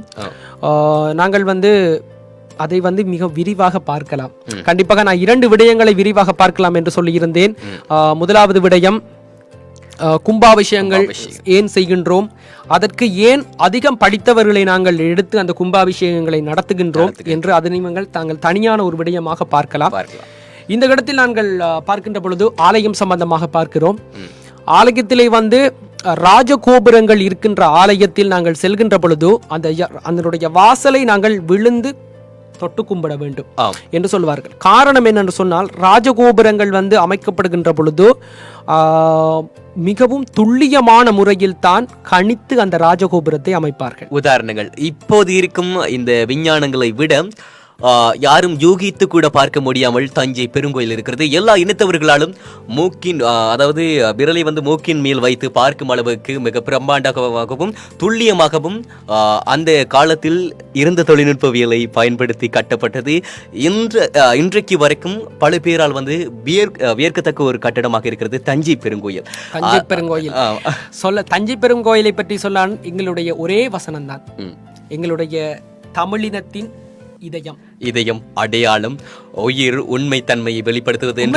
சகோதரா, ஒரு விடயம் ஒன்றை இன்று செய்கிறீர்கள் நீங்கள், அதை அதிசயம் என்று சொல்கிறார்கள். அதை இன்னொருத்தர் நாளை செய்தால் அதிசயமாகுமா? இல்லை. ஏனென்று சொன்னால் அவ்வாறாகத்தான் இன்று இருக்கின்றது ஒரு விடயம் ஒன்று. தாஜ்மஹாலை உலக அதிசயம் என்று நிறைய பேர் சொல்வார்கள். ஆனால் இன்று இருக்கின்ற தொழில்நுட்பத்தால் 1000 தாஜ்மஹால் கட்டலாம். ஒரு கோபுரம் ஒன்று சாய்ந்து விட்டது என்று சொன்னால் அது உலக அதிசயமா? கோபுரம் சாய்ந்து விட்டது என்று ஒரு கோபுரம் ஒன்று உயரமாக இருந்தால் தான் அது உலக அதிசயம். அந்த கோபுரம் சாஞ்சி விட்டது என்று சொன்னால் அது உலக அதிசயமா? அதிசயம் இல்லை. சாய விட்டால் தான் அது அதிசயம். ஆனால் எங்களுடைய தஞ்சை பெருங்கோயில் இன்று வரை 1000 ஆண்டுகள், அது எத்தனை ஆண்டுகள் என்று கூற முடியாது. அத்தனை ஆண்டுகள் என்றால் ஆராய்ச்சி செய்பவர்களால் கூட சரியான ஒரு ஆண்டினை வந்து கண்டுபிடிக்க முடியவில்லை இன்றைக்கு வரைக்கும். கண்டிப்பாக அது வந்து மழையிலும் சரி, இடியிலும் சரி, வெயிலிலும் சரி, தன்னை வந்து நெஞ்சை நிமிர்த்தி தமிழினத்தின் ஒரு அடையாளமாக இன்றும் நிலைத்து கொண்டிருக்கின்றது ராஜராஜ சோழனினால் அமைக்கப்பட்ட எங்களுடைய தஞ்சை பெருவுடையார் ஆலயம். ஒன்றை பார்க்கின்ற போது உங்களுக்கு விளங்குகிறதா, ஒரு படைப்பை விட படைத்தவனுக்கு எங்களுடைய தமிழர்கள் மறந்து போகிறார்கள். நன்றி உடையவர்களாக இருந்த தமிழர்கள், அதாவது உலகத்திற்கே கலை, கலாச்சாரம், பாரம்பரியங்கள், உண்மைகள், பாசம், அன்பு, பண்பு என்று எல்லாத்தையும் போதித்தவர்கள் தற்போது ஏனோ தெரியவில்லை, அவர்கள் நன்றி மறக்கின்றார்கள். இப்போது ராஜராஜ சோழனுக்கு எங்கு மிகப்பெரிய ஒரு கட்டடம் இருக்கிறது? இல்லை. அவருடைய கட்டடத்தினை நாங்கள் பார்க்கும்போது சின்னதொரு கொட்டில் குடிசையில் சின்னதொரு. ஆனால் சகோதரா, மதத்தை வளர்த்தவனுக்கு கட்டடங்கள் இல்லை. ஆனால் இன்று ஏதோ ஒரு கொள்கையின் பேரில் கருப்பாக வந்து எங்களுடைய மதத்தை விமர்சித்துக் கொண்டிருக்கின்ற சில கருப்பு ஆடையில் வருவார்கள். அவர்களுக்கு மிக மிக பெரிய நினைவு சின்னங்களும் நினைவு கட்டிடங்களும் அமைத்துக் கொண்டிருக்கின்ற இந்த அரசு அரசும் ஏன் எங்களுடைய தமிழை வளர்த்தவர்களை கவனிக்கவில்லை என்று சொல்லி, அதாவது நான் இந்திய அரசுக்கு இந்த கேள்வியை விடுக்கின்றேன், தமிழக அரசுக்கு. ஏனென்று சொன்னால் எங்களுடைய இலங்கை தேசத்தில் நாங்கள் தமிழர்கள் சிங்களவர்கள் என்று நாங்கள் பிரிந்திருந்தாலும் உண்மையில் நாங்கள் கொள்கைகளின் அடிப்படையில் நாங்கள் ஒன்றுதான். எங்களுடைய தமிழர்களும் சரி, எங்களுடைய சிங்கள சகோதரர்களும் சரி, நாங்கள் ஒன்றுதான். ஆகவே எங்களுடைய தமிழிற்கு எங்களுடைய சிங்கள சகோதரர்கள் நல்ல மரியாதை தருகிறார்கள். அதே போல்தான் எங்களுடைய இலங்கை தேசத்தில் நாங்கள் எங்களுடைய சிங்கள சகோதரர்களுக்கு நாங்கள் மிகவும் அன்பாக பழகின்றோம். தற்பொழுதும் நாங்கள் விகாரிகளுக்கு வந்து நிறைய தமிழ் சகோதரர்கள் சென்று எங்களுடைய புத்த பெருமானை வழிபடுவதை நாங்கள் பார்த்திருக்கிறோம். அதே போல்தான் எங்களுடைய சிங்கள சகோதரர்கள் வந்து எங்களுடைய தமிழ் ஆலயங்களுக்கு வந்து வழிபட்டு செல்வார்கள். அவை எங்களுடைய இலங்கை தேசத்தில் இந்த பிரச்சனை இல்லை. ஏனென்று சொன்னால் இலங்கை தேசம் வேல் வைத்து வழிபட்ட ஒரு இனம். இலங்கை தேசத்தில் உங்களுடைய கருப்பு ஆட்டங்கள் எல்லாம் செல்லாது. அதாவது இலங்கையை பொறுத்த மாத்திரமல்ல, தமிழர்களுக்கு மிக உரித்தானது வேல். அவர்கள் வேட்டையில் இருந்து ஆரம்பிக்கப்பட்டவர்கள். அதற்கு அடையாளமாகத்தான் இந்த வேல் இருக்கிறது. கண்டிப்பாக. மற்ற சகோதரா, இன்னொரு விடயம், ராஜராஜன் பத்தி ஒரு சிறியதொரு விடயம் என்று சொல்கிறேன். ராஜராஜ சோழன் தஞ்சை பெருவுடையார் ஆலயத்தினை அமைக்கின்ற அந்த சந்தர்ப்பத்தில் ஒரு நன்றி மறக்காதே என்று சொல்லி நான் ராஜராஜ சோழனுடைய இந்த கதை மூலம்தான் நான் அறிந்திருந்தேன். அதாவது பெருமளவு ரீதியாக அறிந்திருந்தேன். நிறைய பேர் சொல்வார்கள், தம்பி ஒருத்தர் செய்தால் நன்றி மறக்க கூடாது என்று. ஆனால் ஒரு விடயம் ஒன்று எங்களுடைய மனதிற்கு பாதிப்படையது என்று சொன்னால் அந்த விடயம் நாங்கள் மறக்க மாட்டோம். அவ்வாறான ஒரு கதை தான் இது. கண்டிப்பாக என்ன என்று சொன்னால், எங்களுடைய தஞ்சை பெருவுடையார் ஆலயம் அமைக்கின்ற சந்தர்ப்பத்தில் நிறைய பேர் தங்களுடைய உதவிகளை செய்து கொண்டிருந்தார்கள். ஏனென்று சொன்னால் அது வந்து ஊருக்கு ஒரு ஆலயம், மிகப்பெரிய ஒரு ஆலயம் ஒன்றை ராஜராஜ சோழன் அமைத்திருக்கின்ற பொழுது தனவந்தர்கள் வந்து பணம் உதவியாகவோ பொருளுதவியாகவோ வழங்கியிருந்தார்கள். வீரர்கள் தங்களுடைய உடல் வலிமையினை வழங்கியிருந்தார்கள். மக்கள் தங்களுடைய உழைப்பை வழங்கியிருந்தார்கள். அதே போன்று விலங்குகளும் இந்த வேளையில் கண்டிப்பாக யானை, அதை வந்து யானை நாங்கள் மறக்க கூடாது. கண்டிப்பாக இன்று அழிவின் விளிம்பில் இருக்கிறது யானை இனம். பல்வேறு விதமாக கூறிக்கொண்டு அதனை அழித்துக் கொண்டிருக்கிறார்கள். ஆனால் அன்று எங்களுக்கு முழுக்க முழுக்க எங்களுடைய வாழ்வின் அத்தியாவசிய பல வேலைகளை செய்வதற்கு எங்களோடு உதவி செய்து கொண்டு எங்களோடு ஒட்டி பின்னி பிணைந்த ஒரு வாழ்வாதாரமாக காணப்பட்ட விலங்கு என்று சொன்னால் அது நாய், இன்னொன்று யானை. கண்டிப்பாக யானை சம்பந்தமாக கூறுகிறேன். அதில் இந்த கதையை முடித்து விடுகிறேன். என்னென்று சொன்னால், தஞ்சை பெருவுடையார் ஆலயத்தில் நிறைய பேர் வந்து நிறைய வேலைகளை செய்து கொண்டிருக்கிறார்கள். ஆனால் ஒருவருக்கு மட்டும் எந்த ஒரு வேலையுமே செய்ய முடியவில்லையே என்று ஒரு மனக்கவலை. யார் என்று சொன்னால் ஒரு மூதாட்டி. அவர் பார்க்கின்றார், என்னப்பா இது, வசதி படைத்தவர்கள் தானம் வழங்குகின்றார்கள், மக்கள் தங்களுடைய உழைப்பை வழங்குகிறார்கள், வீரர்கள் தங்களுடைய வலிமையை வழங்குகின்றார்கள், அரசரோ சரி, தன்னுடைய அறிவாளிகளோ சரி, தன்னுடைய அறிவை வழங்குகின்றார்கள், என்னால் எதுவுமே வழங்க முடியவில்லையே என்று கவலைப்படுகிறார் அந்த மூதாட்டி. அவர் என்ன செய்கிறார், சரி பரவாயில்லை, இந்த வேலை செய்பவர்களுக்கு நாங்கள் கஞ்சி கொடுக்கலாம், கஞ்சி கொடுத்து அவர்களுடைய தாகத்தை தீர்க்கலாம் என்று சொல்லி அவர்கள் அந்த ஆலயத்தை வேலை செய்கின்ற அத்தனை பேருக்கும் அவர் தினம்தோறும் அவர் கஞ்சி கொடுக்கின்றார். ராஜராஜ சோழனுடைய தஞ்சை பெருவுடையார் ஆலயத்தை பார்க்கின்ற பொழுது யார் யார் வேலை செய்தார்களோ அவர்கள் அத்தனை பேருடைய பெயரும் அந்த ஆலயத்தில் பொறிக்கப்பட்டிருக்கிறது. இது மிகவும் மனிதாபிமானத்தையும் ஒரு மிகப்பெரிய ஒரு பண்பினையும் உணர்த்துகின்ற ஒரு விடயம். இதே போல்தான் அந்த மூதாட்டியினுடைய பெயர் ஒரு இடத்தில் இருக்கின்றது. அந்த இடம் தெரியுமா உங்களுக்கு? இல்லை. அதாவது நாங்கள் இன்றளவும் வியந்து கொண்டிருக்கிறோம், பல யானைகளை கொண்டு இழுத்து மேலே வைத்தார்களா, அல்லது மந்திர சக்தியால் மேலே வைத்தார்களா, இல்லை சுற்றி மலை மாதிரி சுற்றி கட்டி அதன் மேல் வீரர்களினால் அந்த கல்லை கொண்டு வைத்தார்களா என்று. ஏனென்றால் பல பேருக்கு கேள்விகளாக இருக்கிறது, அவ்வளவு பெரிய ஒரு கோபுரத்தினை எந்த ஒரு ஒட்டுகளும் இல்லாமல் தனியோர் கற்களால் சிற்பம் செதுக்கப்பட்டு மேல் எவ்வாறு தூக்கி வைத்தார்கள் என்று பல பேருடைய கேள்விகளாக இன்றைக்கு வரைக்கும் இருக்கிறது. கண்டிப்பாக அவ்வாறான ஒரு கல், இடைச்சிலை கல் என்று சொல்வார்கள். அந்த கல்லிலே அந்த மூதாட்டியினுடைய பெயர் இருக்கிறது. தன்னுடைய ஒட்டுமொத்த அந்த ஆலயத்தினுடைய பெருமையினுடைய பெரும் பகுதியும் அந்த இடைச்சிலை கல் தான். அந்த இடைச்சிலை கல்லிலே அந்த மூதாட்டியினுடைய பெயர் இருக்கின்றது என்று சொன்னால், தன்னுடைய குணத்தின் நிகர் அவர்தான். அவர்தான். ஏனென்று சொன்னால் நாங்கள் வந்து அந்த தஞ்சை பெருவுடையார் ஆலயத்தை நிறைய பேர் நிறைய விடயங்களை வந்து சொல்வார்கள். இது வந்து அறிவியல் ரீதியாக சொல்வார்கள், சமய ரீதியாக சொல்வார்கள், நிறைய விடயங்கள் சொல்வார்கள். ஆனால் இந்த விடயம் என்பது அனைவரும் அறியப்பட வேண்டிய ஒரு பண்பு, எங்களுடைய தமிழர்களுடைய மத்தியில் இருக்கின்ற நன்றி மறவா பண்பு. இந்த பண்பு இடைச்சீலை கல்லின் மேல் அந்த மூதாட்டியினுடைய பெயர் பொறிக்கப்பட்டிருக்கிறது. இது எந்தளவு தூரத்திற்கான ஒரு பண்பு என்பதை நீங்கள் அனைவரும் அறிய வேண்டும். உண்மை. அதாவது தாஜ்மஹால் கட்டும்போது அவர்களுடைய கட்ட விரல்களை அறுத்து விட்டதாகவும் கதைகள் கூறப்படும் நேரத்தில் எங்களுடைய தஞ்சை பெருங்கோயில் கட்டிய போது தன்னால் எந்த உதவிகளும் செய்ய முடியாமல் தன்னால் முடிந்த உதவியான கஞ்சினை காட்சி கொடுத்தவருக்கும் இன்று பெயர் பொறிக்கப்பட்டிருக்கிறது என்று சொன்னால் எங்களுடைய நாகரிகங்கள் எந்த அளவுக்கு ஓங்கி வளரப்பட்டிருக்கிறது என்று எங்களால் யூகித்து பார்க்க. கண்டிப்பாக அதான் சொல்வார்கள், உலகிற்கே அறிவை கொடுத்தவன், உலகிற்கே உணர்வை கொடுத்தவன், உலகிற்கே வாழ்வை கொடுத்தவன் என் தமிழினம். எத்தனை பிறவிகள் பிறந்தாலும் அத்தனை பிறவிலே தமிழனாகவும் சைவனாகவும் நாங்கள் பிறப்பது கோடி புண்ணியம் செய்திருக்க வேண்டும் என்று ஒரு மிகப்பெரிய மகான் ஒரு இடத்திலே குறிப்பிடுகிறார். எனவே அப்பேற்பட்ட எங்களுடைய தமிழிலும் அப்பேற்பட்ட எங்களுடைய மதத்திலும் நாங்கள் பிறந்திருக்கிறோம் என்று சொன்னால் நீங்கள் ஒவ்வொருவரும் பெருமைப்பட வேண்டும். ஆனால் இன்று நிறைய பேர் எங்களுடைய மதத்தில் இருக்கின்ற ஏதோ ஒரு சில காரணங்களினால் எங்களுடைய இனத்தை விட்டு, எங்களுடைய மதத்தை விட்டு, எங்களுடைய நாட்டை விட்டு செல்கிறார்கள். எங்களுடைய மொழியை கூட விட்டு செல்கிறார். அதாவது தமிழை தங்கிலீஷ் என்று சொல்லி பேசிக் கொண்டிருக்கிறார்கள். பல பேர் தமிழ் பேசுவதற்கு வெட்கப்படுகிறார்கள், வேதனைப்படுகிறார்கள். ஆனால் இப்போது தமிழை வளர்க்க வேண்டும் என்று நினைக்கும் எங்களை போன்ற ஒரு சில இளைஞர்களுக்கு அவர்களை பார்க்கும் போன்று எங்களுக்கு தான் வெட்கமாக இருக்கிறது, வேதனையாக இருக்கிறது. அவர்களை எண்ணி கண்டிப்பாக நாங்களும் என்னதான் செய்வது, முடிந்த அளவு எங்களுடைய சந்ததிக்கு எங்களுடைய தமிழ் இப்பேற்பட்டதுதான் என்று ஒரு உச்ச ரீதியில் நாங்கள் விளக்கம் செய்து அவர்களுக்கு கையளிப்போம், பரிசளிப்போம். கண்டிப்பாக சகோதரா. மற்றது இன்னொரு விடயம் என்று சொல்ல வேண்டும், நாங்கள் மறந்த ஒரு விடயம் என்று சொன்னால் எண்ணெய் தேய்த்து குளிப்பது. நாங்கள் அந்த விடயத்தை நாங்கள் மறந்து போகின்றோம். ஆனால் சிறிய பிள்ளைகளுக்கு வந்து நாங்கள் எண்ணெய் தேய்த்து குளிப்பது என்று சொல்வது மிகப்பெரிய ஒரு அறிவியல் ரீதியான உண்மையாக இருக்கிறது. உண்மை. அடுத்த விடயம் என்னென்று சொன்னால், எங்களுடைய வீடுகளில் நாங்கள் வந்து எலுமிச்சம்பழம், மற்றது மிளகாய், இதுகளை வந்து குத்தி நாங்கள் வீடுகளை திருஷ்டி என்று சொல்லி வைப்போம், திருஷ்டி வராமல் என்று சொல்லி வைப்போம். உண்மை. வாகனங்களுக்கு கூட இந்த தேசி காயை வைத்து மிதிப்பார்கள். அதற்கான காரணம் இருக்கிறது. எங்களுடைய முன்னர் காலத்தில் அவர்கள் பாவித்தது மாட்டு வண்டி, அடுத்தது குதிரை வண்டி.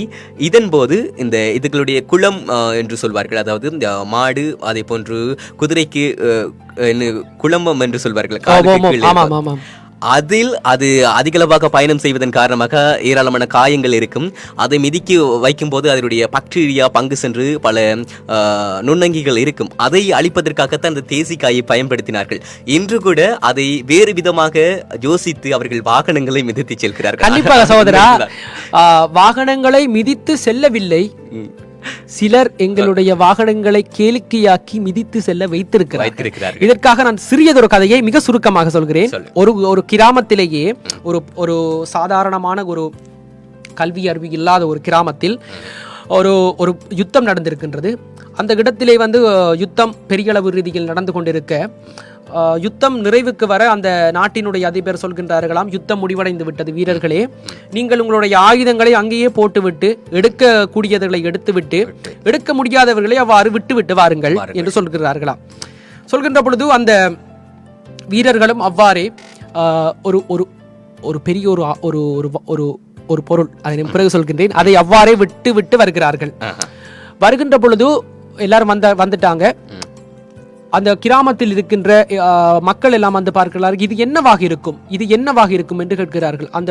அந்த கிராமத்திலேயே ஒரு கொஞ்சம் படித்தவர் அவர் வந்து சொல்கிறார், இது மாட்டு வண்டி, இது என்னுடைய எதுவும் இல்லை, இது ஒரு மாட்டு வண்டி, இதனை நாங்கள் மாடினை கட்டி நாங்கள் வண்டியிலாக பயன்படுத்தலாம் என்று சொல்கிறார்.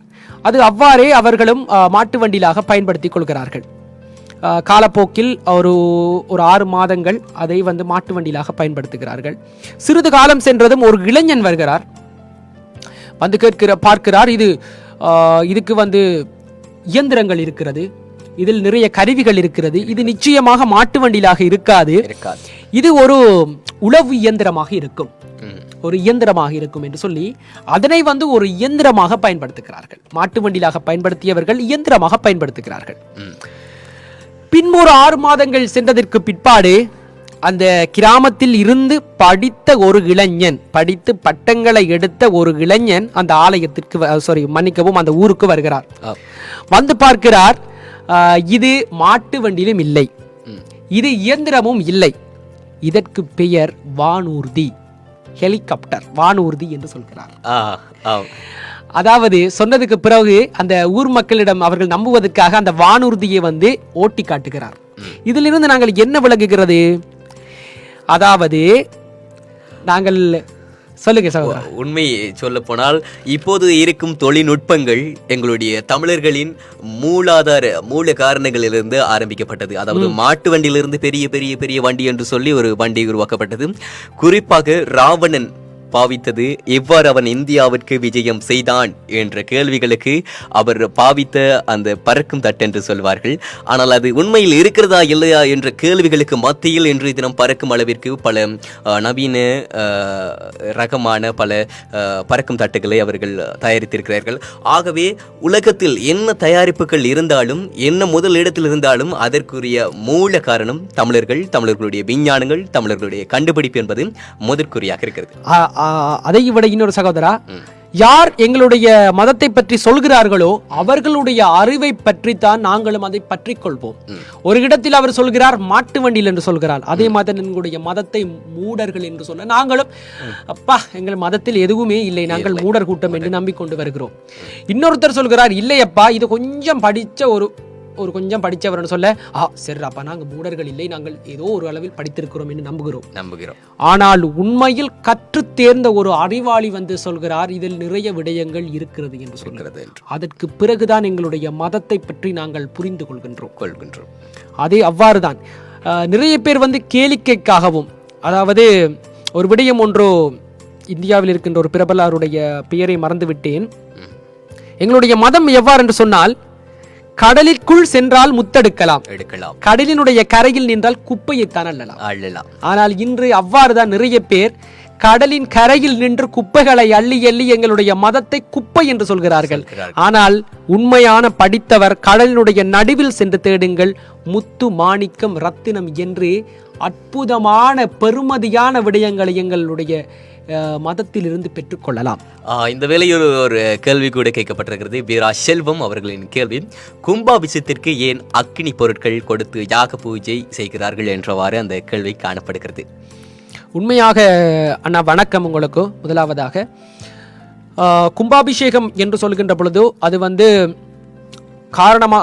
அதிகமான மக்கள் வந்து கும்பாபிஷேகம் செல்வதற்கு தயங்குகின்றார்கள். காரணம் என்னென்று சொன்னால் சொல்வார்கள், கேளிக்கையாக சொல்வார்கள், பூசகர்கள் நிறைய புகைகள் போடுவார்கள், கண்ணெல்லாம் பத்து தப்பா, எனக்கு போக இயலாது, இருக்க இயலாது, நிறைய நேரத்திற்கு மந்திர உச்சாடனங்கள் செய்கின்றார்கள், எனக்கு இருக்க இயலாது என்று சொல்வார்கள். ஆனால் அந்த இடம்தான் நாங்கள் இருக்க வேண்டிய ஒரு இடம். கும்பாபிஷேகத்திலே பாவிக்கின்ற பொருட்கள், கும்பாபிஷேகத்திலே பயன்படுத்துகின்ற மூலிகைகள் என்பன மிகவும் அற்புதமான மூலிகைகள் அவர்கள் பயன்படுத்துவார்கள். உண்மை. அந்த இடத்திலே சுவாச ரீதியான பிரச்சனை இருக்கின்றவர்கள் வந்து அந்த கும்பாபிஷேகத்தில் நீங்கள் செல்கின்ற பொழுது அதனுடைய அந்த காற்று உங்களுடைய உடம்பில் பட்டு உடலில் சென்று உங்களுடைய நோய்களை தீர்க்கக்கூடியதாக இருக்கும். ஐயாவினுடைய கேள்வி, ஏன் அக்கினியை வந்து பயன்படுத்துகிறீர்கள் என்று சொல்ல, என்ன சகோதரா? அக்கினி என்று சொன்னால் நிலம், நீர், நெருப்பு, காற்று, ஆகாயம் என்று சொல்வார்கள் பஞ்சபூதங்களை. ஆனால் அதில் வந்து அக்கினி என்று சொல்வது ஒரு அற்புதமானது. நீங்கள் எதற்குமே நீங்கள் சாயம் பூசலாம், நீங்கள் எதையுமே நீங்கள் அசுத்தப்படுத்தலாம், ஆனால் அசுத்தப்படுத்த முடியாதது ஒன்றுதான் அந்த அக்கினி தான். ஆனால் நாங்கள் எதை, அதாவது மிகவும் முக்கியமானது ஒன்று அக்கினி. நாங்கள் மிக பனிக்காலத்துக்குள்ள இந்த காலத்தில் நீங்கள் யூகித்து கூட பார்க்கக்கூடியதாக இருக்கக்கூடியது என்று சொன்னால், இந்த காலத்தில் பனிக்காக மிகவும் பயன்படுத்துவார்கள் தீயினை, அக்கினியை. ஆனால் அந்த காலத்தில் நாங்கள் எதற்காக பயன்படுத்தினோம் என்று பலருடைய கேள்விகளாக இருக்கிறது.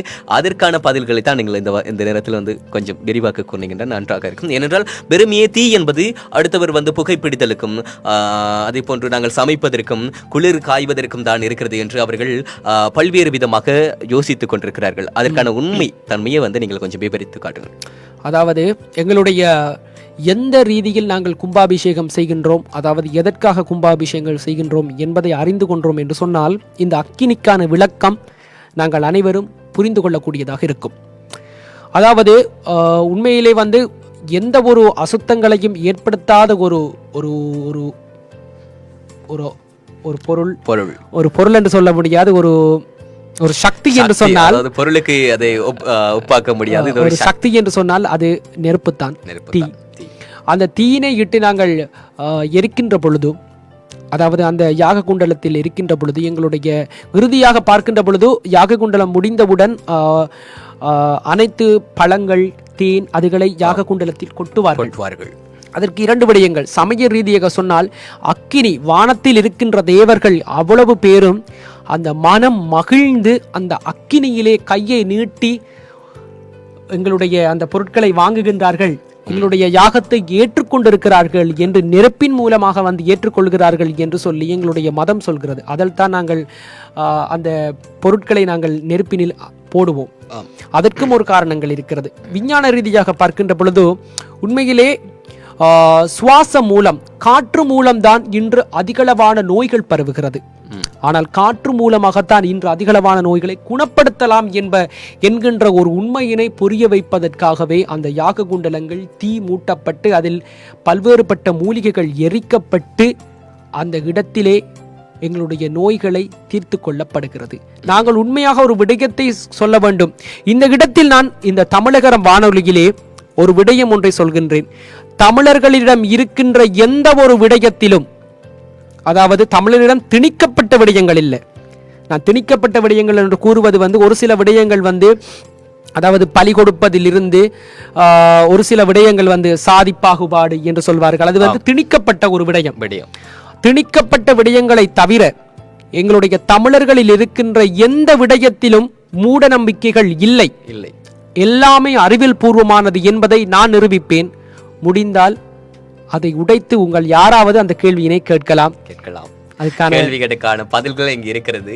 ஆகவே கேள்வியினை தான் நீங்கள் தொடுத்து பாருங்கள், கேட்டவுடன் பதில் வந்து சேரும். கண்டிப்பாக கண்டிப்பாக கண்டிப்பாக. அதாவது ஒரு சிறிய குழந்தை பிறந்து மொட்டை அடித்து காது குத்தி அவருக்கு தலையில் மஞ்சள் பூசுவதில் இருந்து அந்த பெண் குழந்தையாக இருக்கட்டும், அவரை கல்யாணம் முடித்து தாலி கட்டி மெட்டி போட்டு அவரை ஒரு வாழ்வியலுக்கு அனுப்பும் வரை அத்தனையிலும் எங்களுடைய தமிழர்களில் அறிவியல் பூர்வம் இருக்கிறது. கண்டிப்பாக இன்னொரு விடயம் ஒன்று சொல்வார்கள். ஒரு உயிர் பிரிய போகின்றது என்று சொன்னால், அதாவது வந்து ஒரு வயதான ஒருவர் வந்து இறக்கின்ற ஒரு தருவாயிலே வந்து அவரை வந்து இரும்பு கட்டிலில் போட மாட்டார்கள், ஒரு மரக்கட்டிலில் போடுவார்கள். இது வந்து அந்த காலத்திலே வந்து எங்களுடைய தமிழர்கள் அதிகளவு ரீதியில் பயன்படுத்தி இருக்கிறார்கள். காரணம் என்று சொன்னால், இது ஒரு விஞ்ஞான ரீதியாக எங்களுடைய ஆத்மாக்களை வந்து அந்த இரும்பு வந்து என்ன செய்யும் என்று சொன்னால், உலோகப் பொருட்கள் வந்து போவதற்கு விடாது. ஒரு என்ன சொல்ற, மிகவும் ஒரு கடினப்பட்டு கொண்டு இருப்பார்கள். இந்த இடத்தில் வந்து கூறுகிறேன், அதாவது ஒருவர் வந்து உயிர் பிரிகின்ற ஒரு தருணம், அவர் மகிழ்ச்சியாக அந்த உடலை விட்டு அவருடைய உயிர் போக வேண்டும் என்று சொன்னால் அவருடைய இறுதி காலகட்டத்தில் மரக்கட்டில் பயன்படுத்துவார்கள். அதில் அவரை போடுகின்ற பொழுது அவருடைய உயிர் மிகவும் விரைவாக செல்லக்கூடியதாக இருக்கும். இவ்வாறான பல விடயங்கள், பிறப்பிலிருந்து இறப்பு வரை எங்களுடைய தமிழில் இல்லாத அற்புதங்களும் இல்லை, எங்கள் தமிழில் இல்லாத அறிவியலும் இல்லை. இப்பொழுதும் நான் பெருமையாகத்தான் சொல்வேன், நாங்கள் ஒரு முட்டாள்கள். ஏனென்று சொன்னால், ஒரு குறை குடமாக இருந்தால்தான் நாங்கள் நிறைய விடயங்களை கற்றுக்கொள்ளலாம், நிறையதை உள்வாங்கலாம். நாங்கள் இப்போதும் சொல்வோம், தமிழர்கள் ஒன்றும் இல்லை, நாங்கள் முட்டாள்கள் என்றே சொல்வோம். பரவாயில்லை. ஒரு சிறந்த தலை தோங்கக்கூடிய ஒரு அறிவாளியை பார்த்து அறிவற்றவர்கள் எப்போதும் முட்டாள்கள் என்று தான் கூறுவார்கள். அப்போது அவர்கள் மத்தியில் நாங்கள் முட்டாள்களாக இருந்து விடுவது நன்று. கண்டிப்பாக கண்டிப்பாக. அதாவது வந்து ஒரு விடயம் ஒன்று இருக்கிறது, பேசுகின்ற இடத்தில் பேசிக்கொள், பேசாத இடத்தில் பேசாமல் இரு. சிறிய ஒரு விடயம்தான். இந்த இடத்தை வந்து அறிஞர் ஆபிரகாம் லிங்கன் அவர்கள் சொல்லியிருந்தார். இது கண்டிப்பாக இது எல்லா இடத்தையும் பொருந்துகின்ற ஒரு விடயம். அதாவது உன் தகுதி அறிந்து பழகு, உன் மதிப்பறிந்து பழகு என்று அனைவரும் ஒரு அறிந்த ஒரு விடயம்தான். கண்டிப்பாக இந்த நான் சொல்கின்ற கதை நிறைய பேர் சொல்லி நீங்கள் கேட்டிருப்பீர்கள். என்றாலும் பரவாயில்லை, நான் மிக விரைவாக சொல்கிறேன் சகோதரன். நேரம் இருக்கிறது. அதாவது நாங்கள் சுருக்கமாக கூறி முடிப்பதை விட விரிவாக கற்றுக் கொடுப்பது அவர்களுக்கு ஒரு சிறந்ததாக இருக்கும். நேரமும் இருக்கிறது. ஏனென்றால் இன்றைய தினம் எங்களுடைய ஏராளமான உறவுகள் நிகழ்ச்சியின் மேலுக்கு கலந்து கொண்டிருக்கிறார்கள். அவர்களுக்கு நாங்கள் வந்து தெளிவாக கற்றுக் கொடுப்பது மிக சிறப்பாக இருக்கும். கண்டிப்பாக. அதாவது இந்த கதையினை நீங்கள் அனைவரும் அறிந்த கதை தான். இருந்தாலும் மீண்டும் ஒரு முறை சொல்கின்றேன். ஒரு தந்தை இறக்கின்ற தருவாயில் இருக்கின்றார். அந்த தந்தை அந்த மகனினை கூப்பிட்டு, மகனே, நான் உனக்காக எந்த ஒரு சொத்துக்களும் சேர்த்து வைக்கவில்லையடா, இந்த என்னுடைய கை கடிகாரம், இதனை கொண்டு நீ அடகு வைத்து உன்னுடைய வாழ்க்கைக்கு தேவையான பணத்தினை பெற்றுக்கொள்ளடா என்று கொடுக்கின்றார். அந்த மகன் அந்த கை கடிகாரத்தினை வாங்கி பார்த்துவிட்டு சொல்கிறான், என்னப்பா இந்த கை கடிகாரத்திற்கு எவ்வளவு தருவார்கள், பெறுமதி இருக்காது போல் இருக்கிறது என்று சொல்லி அவர் சொல்கின்றார், சரி பரவாயில்லை, அருகிலே இருக்கின்ற ஒரு கடைக்கு கொண்டு செல் என்று சொல்கிறார். அவர்கள் அந்த கடைக்கு சென்று கொண்டதும் அதனுடைய கை கடிகாரத்தினை பார்த்துவிட்டு சொல்கின்றார், இதற்கு நான் ஒரு குறிப்பிட்ட ஒரு பெறுமதியான எங்களுடைய வழக்கத்தில் சொல்கின்றோம் என்று சொன்னால், நாங்கள் இதற்கு ஒரு 500 ரூபாய் காசு தாருகன், இதை எடுத்துக்கொள்ளலாம் என்று சொல்கிறார். அவர் சொல்கிறார், திரும்பி வருகிறார் அந்த மகன் வந்து அந்த தந்தையிடம் சொல்கின்றார், அப்பா இந்த கை கடிகாரத்தினை காட்டினேன், அவர் 500 ரூபாய் சொல்கிறார் என்று. அந்த தந்தை சொல்கின்றார், சரி இதனை வந்து கொஞ்சம் எங்களுடைய அருகில் சென்று ஒரு மிகப்பெரிய ஒரு கடை ஒன்று இருக்கிறது, ஒரு மணிக்கூட்டு கடை இருக்கிறது, அந்த இடத்தில் நீ கொண்டு காட்டு என்று சொல்கிறார். அவரும் கொண்டு செல்கிறார். அவர் சொல்கிறார், மிகவும் ஒரு பழமையான ஒரு கை கடிகாரம், இதை பார்த்து இதை எவ்வளவு வரும் என்று சொல்ல முடியுமா என்று. அவர் பார்த்து சொல்கின்றார், இதுக்கு ஒரு 5000 வரும் என்று சொல்கிறார். சொன்னவுடன் இவர் திரும்பி வருகிறார். திரும்பி வந்து தந்தையிடம் சொல்கிறார், அப்பா நான் கை கடிகாரத்தை கொண்டு கொடுத்து விட்டேன், 5000 சொல்கிறார் அப்பா, நான் கொடுத்து வாங்க போகிறேன் என்று சொல்கிறார். தந்தை சொல்கிறார், சரி மகனே, பக்கத்தில் ஒரு அரும்பொருள் காட்சியகம் இருக்கிறது, அங்கே கொண்டு செல், அங்கே காட்டு என்று சொன்னோனே அவர்கள் பார்த்து விட்டு சொல்கிறார்கள், இதுக்கு நான் 5 கோடி ரூபாய் தருகிறேன், இது என்னிடமே தந்துவிடு தம்பி என்று சொல்கிறார்கள். திரும்பி ஓடி வருகிறான், அப்பா அப்பா எனக்கு 5 கோடி ரூபாய் தாருகிறார்களாம், இதனை வந்து நான் கொடுத்து விடவான்னு கேட்கிறார். நீ கொடுப்பது கொடுக்காதது உன்னுடைய விடயம், ஆனால் நான் இந்த இடத்தில் நான் உனக்கு கூறுவது பணமோ பொருளோ இல்லை. ஒரு கேள்வி ஒன்று கேட்கிறார் சகோதரம். சனா ஐயா, சமஸ்கிருத ஆலயங்களில் செய்வது போல் சடங்கு ஆலயங்களில் செய்யலாமா கும்பாபிஷேகம்? இது உண்மை. அதாவது நானும் வெகு நேரமாக கேட்பதாக இருந்திருந்தேன். இந்த கதையை முடித்து வருகிறேன். சரி, இதை முடித்து இதுக்கு முற்றுப்புள்ளி வைத்துவிட்டு உங்களுடைய வினாவுக்கான விடையினை நாங்கள் ஆராயலாம். கண்டிப்பாக. அதாவது அந்த தந்தை சொல்கின்றார், உன்னுடைய பெருமதி எங்கே இருக்கிறதோ அந்த இடத்திலே நீ இருந்து கொள், உன்னுடைய வாழ்க்கை உயர்ந்து செல்லும் என்று சொல்கிறார். இவர் 1000 ரூபாய்க்கு 500 ரூபாய்க்கும் வாங்கியிருக்கலாம், 5000 ரூபாய்க்கும் வாங்கியிருக்கிறார். அவருடைய பெருமதி எங்கே செல்கிறதோ அந்த இடத்தில் தான் அவருடைய பெருமதி இருக்கிறது சகோதரம். கண்டிப்பாக அந்த அண்ணா ரெட் ரிஷி அவருடைய முகநூல் பக்கம் என்னுடைய அண்ணன் அவர் கேட்ட கேள்வி வந்து, சனா ஐயா, சமஸ்கிருத ஆலயங்களில் செய்வது போல் சடங்கு ஆலயங்களில் செய்யலாமா கும்பாபிஷேகம் என்று சொல்கிறார். அண்ணா, உங்களுக்கான ஒரு விடயம், அதாவது நான் கற்றது கையளவு, கல்லாதது உலகளவு. என்னுடைய அறிவிலிருந்து சொல்கின்ற ஒரு விடயம் என்னென்று சொன்னால், நிறைய பேர் சொல்வார்கள் இந்த இடத்தில் தமிழில் கும்பாபிஷேகம் செய்வோம், தமிழில் பூஜைகள் செய்வோம், சமஸ்கிருதத்தில் குடமுழுக்குகள் செய்வோம் என்று. உண்மையில் எங்களுடைய இந்து மதத்தில் இருக்கின்றது, ஹரியும் சிவனும் வேறென்போர் அறிவிலிகள் என்று சொல்வோம். அதாவது எங்களுடைய சிவனும் விஷ்ணுவும் வேற இல்லை என்று சொல்வோம். அதே போல்தான் எங்களுடைய சித்தர்கள், அதாவது எங்களுடைய மதத்திலே ஒவ்வொரு காலகட்டத்திலும் எங்களுடைய மதத்தினை வழிபடுத்துவதற்கு ஒவ்வொரு பிறவிகளாக எங்களுடைய இறைவன் வருகிறார். அதில் மிகவும் அற்புதமான ஒரு இந்த காலத்திற்கு ஏற்றவர்கள் அனைவரும் அறிய வேண்டும் சித்தர்களை பற்றி. 18 சித்தர்கள், முக்கியமான சித்தர்கள் இருக்கிறார்கள், 216 சித்தர்கள் இருக்கிறார்கள். மிகவும் முக்கியமான சித்தர் போகர் இருக்கிறார், அகத்தியர் இருக்கிறார், அவ்வாறாக பல சித்தர்கள் இருக்கிறார்கள்.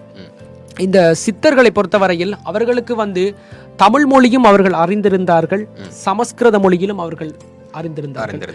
இன்னொரு விடயம் சகோதரா, நாங்கள் அனைவரும் தலையில் தூக்கி வைத்து கொண்டாடுகின்றோம் சித்தர் போகர் அவர்கள்.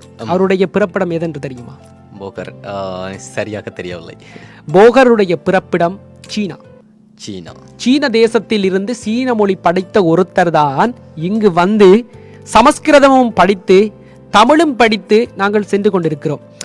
அதாவது இந்த இடத்தில் அண்ணா ரெட்ரிஷி அண்ணாவனுடைய கேள்விக்கு நான் விடை சொல்கிறேன். கண்டிப்பாக இந்த இடத்தில் நான் இன்னொரு விடயத்தை பதிவு செய்ய வேண்டும். சமஸ்கிருதம் தமிழ் என்று எங்களுக்குள்ளே நாங்கள் சண்டை போட்டுக்கொண்டு எங்களுடைய மதத்தினுடைய வளர்ச்சியை நாங்கள் குறைக்க கூடாது. அதாவது அவருடைய கேள்வி, எங்களுடைய ஆலயங்களில் சமஸ்கிருதங்களில் மந்திரம் போதிக்கப்படுகிறது. ஆகவே எங்களுக்கு சமஸ்கிருதம் பற்றி தெரியாது. நாங்கள் போய் எங்களுடைய ஆண்டவனிடம் நாங்கள் எங்களுடைய குறைகளை நாங்கள் முன்வைக்கின்ற பொழுது நாங்கள் தமிழில் முன்வைக்கின்றோம். அதை எங்களுடைய ஆலய குருமார்கள் வந்து சமஸ்கிருத மொழிகளில் போதிக்கின்றார்கள். ஆகவே எங்களுடைய மொழி தெரியாத ஒரு இறைவன் எங்களுக்கு எப்படி அருள் வழங்க முடியும் என்பதுதான் கேள்வி. சரி, அப்போது முடிந்தளவு தமிழில் போதிப்பது நன்றா, அல்லது இப்ப ஏனென்றால் திடீரென்று ஒரு இறை நம்பிக்கை இருப்பவர்கள் ஒரு விபத்தில் சிக்கி உண்டார் என்று சொன்னால் ஆண்டவனை என்னை காப்பாற்று என்று தமிழில் கூறுவதா அல்லது அதற்கு சமஸ்கிருதத்தில் கூறுவதா? சரி, நான் உங்களுக்கு ஒரு கேள்வி ஒன்று கேட்கிறேன். சாதாரணமாக இருக்கின்றது கோதுமை மா. ஆம். இந்த கோதுமை மாவால் ரொட்டியும் செய்யலாம், பிட்டும் செய்யலாம், இடியப்பமும் செய்யலாம். அதே போல்தான் அந்த கடவுளை நாங்கள் ஒரு மொழியில் நாங்கள் அடக்கிவிட முடியாது. கடவுள் அம்மா என்று சொன்னாலும் கடவுள் தான், சரியா? மதர் என்று சொன்னாலும் அது கடவுளைத்தான் நாங்கள் சொல்கின்றோம். தாத்தே என்று சொன்னாலும் அது கடவுளைத்தான் சொல்கின்றோம். என்று எந்த மொழியில் நாங்கள் சொன்னாலும் அது கடவுளைத்தான் கூப்பிடுகின்றோம். உண்மையில் வேதம் படித்தவர்கள் இன்று குருக்கள் பூசகர்கள் வந்து வேதம் படித்தவர்கள் சமஸ்கிருதத்தில் பூசை செய்கின்றார்கள். நாங்கள் வந்து சொல்கின்றோம் எங்களுக்கு அந்த சமஸ்கிருத மொழி புரியவில்லை, ஏன் தமிழ் மொழியில் நாங்கள் செய்யக்கூடாது? அதாவது அண்மை காலத்தில் ஒரு காணொலி கூட பிரபலியமாக பேசப்பட்டு வந்தது. இந்த சமஸ்கிருத மொழியில் திருமணங்கள் இடம்பெறும் போது மந்திரங்கள் போதிப்பார்கள். அந்த சமஸ்கிருத மொழியினை வந்து தமிழில் மாற்றம் செய்து காட்டிருந்தார்கள். இவ்வாறு வார்த்தைகள் தமிழில் வந்து சேரும் என்று நான் பார்த்திருந்தேன். அது தவறாக வந்திருந்தது.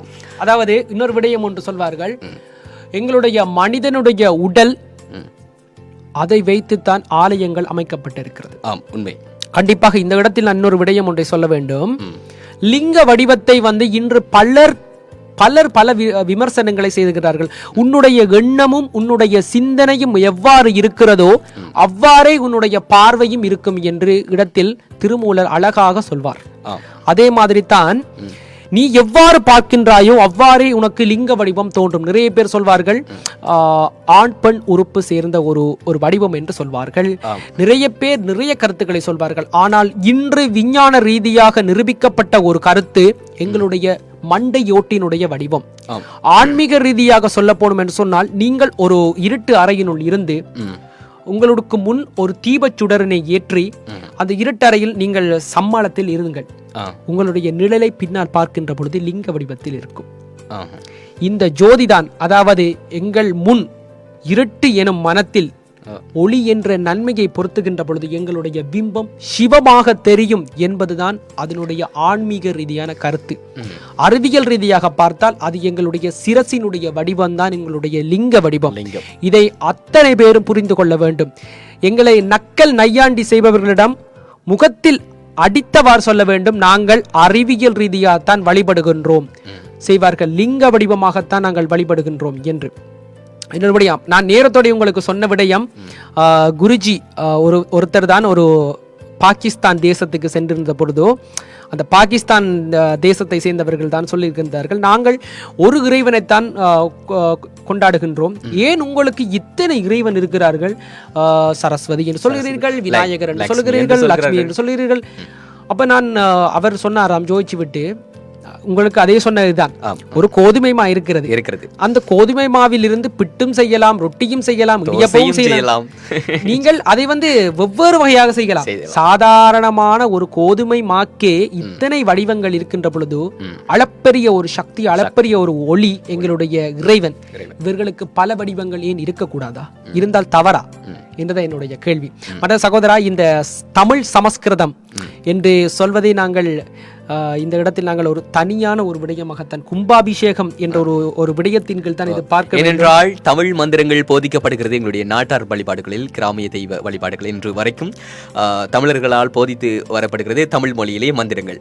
அதே போன்று ஏன் பிற ஆலயங்கள், அதாவது நாட்டார் வழிபாடுகளை தவிர்த்து ஏனைய வழிபாடுகளின் போது, அதாவது பிள்ளையார் வழிபாடும் போதும் இப்போது சக்தி வழிபாடுகளிலும் அந்த சமஸ்கிருத மொழியை கொண்டு வந்து விட்டார்கள். இதற்கான கேள்விகள் தான் எங்களுடைய நேயர்கள் மத்தியிலிருந்து எழப்படுகிறது. தமிழ் போதிக்கப்படுகிறது கிராமிய தெய்வ வழிபாட்டுகளில், அதாவது கிராமங்களில், நகர்ப்புறங்களில் இருக்கும் ஏனைய ஆலயங்களில் ஏன் இப்போதும் சமஸ்கிருத மொழியினை பயன்படுத்துகிறார்கள்? சமஸ்கிருத மொழியினை எங்களுக்கு படிக்கவும் தெரியாது, அதற்கான அந்த அர்த்தமும் தெரியாது. அப்போது நாங்கள் தமிழில் ஒரு முறை சொல்லும் போது ஒரு நீதி கேட்கும் இடத்தில் நாங்கள் சென்று விட்டோம். அங்கு நாங்கள் தமிழில் முறையை முறையெடுக்கிறோம். அங்கிருப்பவர் மொழிபெயர்த்து சமஸ்கிருத மொழியில் சொல்கிறார். அப்போது அவர் சமஸ்கிருத மொழியில் எங்களுக்கு பதில் கூறுவார். எங்களுக்கு ஒன்றும் புரியாது, என்ன நீதி அவர் எங்களுக்கு கூறுவார் என்று தெரியாது. ஏனென்றால் திரும்பவும் அவர்கள் தமிழில் உச்சரிக்க போவது இல்லை, அந்த ஐயர்கள் தமிழில் உச்சரிக்க போவதில்லை. அப்போது எங்களுக்கு பதில் எவ்வாறு கிடைக்கும்? அதுதான் கண்டிப்பாக சகோதரா. இதுக்கு விடை சொல்லுகின்ற பொழுது நாங்கள் எல்லாரையும் கவனித்தான் இந்த இடத்தில் நாங்கள் விடை சொல்ல வேண்டும். என்னென்னு சொன்னால், நாங்கள் இந்து மதம், தமிழ் இந்து மதம் என்ற ஒரு குடைக்குள் கீழ் நாங்கள் பார்க்கின்ற பொழுது கண்டிப்பாக சிவன் சக்தி என்ற மாதிரி தமிழ் சமஸ்கிருதம் கண்டிப்பாக இருந்தது அவசியம். ஆனால் ஒரு சில விடயங்களை அவர்கள் சமஸ்கிருதத்தில் போதிக்கிறார்கள், தமிழில் போதிக்கிறார்கள் என்று சொல்கிறீர்கள். அதாவது இதற்கான அடிப்படை விடயம் ஆரம்பத்தில் இருந்து கூறியது போல் எங்களுடைய மதத்திலே தமிழ் சமஸ்கிருதம் என்று இரண்டும் இருந்திருந்தது. இரண்டும் ஒரு பிரதான மொழியாக இருந்திருந்தது. அந்த காலத்தில் நாங்களுடைய தமிழ் மொழி ஆரம்பத்தில் தோற்றம் பெற்றிருந்தாலும், சமஸ்கிருத மொழி தோற்றம் பெற்றிருந்தாலும், ஆரம்பத்தில் இரண்டு மொழிகளிலுமே மிகவும் பிரதான முக்கியத்துவம் பெற்றிருந்தது. உண்மையிலே எங்களுடைய தமிழர்களுடைய கலாச்சாரப்படி நாங்கள் பறை அடித்துதான் திருமணம் செய்ய வேண்டும். அதாவது தமிழர்களை பொறுத்த மட்டில் அது ஒரு துர்க்க செய்தியாக கூட இருக்கட்டும் அல்லது சந்தோஷமான விஷயங்களாக கூட இருக்கட்டும், பறைதான் நாங்கள் பாவிப்போம். இப்போது எங்களுடைய இலங்கையில் பொறுத்த மட்டில் அது பாவனை இல்லை, குறிப்பாக வடபகுதியில் இருக்கிறது. ஆதி தமிழனின் பறையடா, அதை எடுத்து எதிரி முகத்தில் அறையடா என்று கூட கூறுவார்கள். அதாவது பறைதான் எங்களுடைய மங்கள வாத்தியத்தில் மிக முக்கியமான ஒரு வாத்தியமாக இருக்கிறது. ஆமாம். ஆனால் இந்த காலத்தில் நாங்கள் மேளத்தை பயன்படுத்துகின்றோம். ஆனால் அவ்வாறாக நாங்கள் சில பேர் கேட்கலாம், எங்களுடைய தமிழர்களுடைய வார்த்தியம் தானே, ஏன் நாங்கள் பறையை பயன்படுத்தாமல் மேளத்தை பயன்படுத்துகின்றோம் என்று. நான் சொல்கின்ற விடயம் ஒன்றுதான். நாங்கள் தமிழ் இந்து சமயம் என்று இருக்கின்ற பொழுது எங்களுக்குள் தமிழ் சமஸ்கிருதம் என்ற மொழி வேறுபாடுகள் இருக்கலாம். இவர் தமிழில் பூசை செய்கிறார், சமஸ்கிருதத்தில் பூசை செய்கின்றார் என்று எங்களுடைய மொழி வேறுபாடுகள் இருக்கலாம். ஆனால் ஒன்றை மட்டும் அழகாக புரிந்து கொள்ள வேண்டும், நாங்கள் அனைவரும் இந்துக்கள், அனைவரும் என்பதை நாங்கள் ஒரு குடையின் கீழ் அறிய வேண்டும். இந்த விடயம் நாம் சம்பந்தமாக நீங்கள் தமிழில் பூசை செய்வது, சமஸ்கிருதத்தில் பூசை செய்வதை ஒரு தனி விடயமாகத்தான் நாங்கள் கண்டிப்பாக இதனை ஒரு தமிழ் ஒரு கண்டிப்பாக ஒரு தனி காணொலி நிச்சயமாக நாங்கள் வெகு விரைவில் அதற்கான காணொலியை செய்வோம். முன்னோட்டம் ஒன்று வழங்கிவிட்டு நாங்கள் ஆயத்தமாக அதை வழங்குவோம். ஏனென்றால் இப்போது தமிழகத்தில் அரசாங்கத்தினால் வழங்கப்பட்டுள்ளது தீர்ப்பும் சைவ ஆலயங்களில் ஒரு ஐயா கேட்டிருக்கின்றார், போலியான ஆசாமிகள் ஆன்மீகத்தை வியாபாரமாக்கி பொய் சொல்லி பிழைத்து நடத்துவதை அறிந்து கொள்ளலாம். இன்றைய இளைஞர்கள் பலர் அவர்களை போலி வேடத்தை கூட புரிந்து கொள்ளாமல் அவர்களை குரு என நம்பி ஏமாறும் போக்கை என்ன என்று சொல்வது.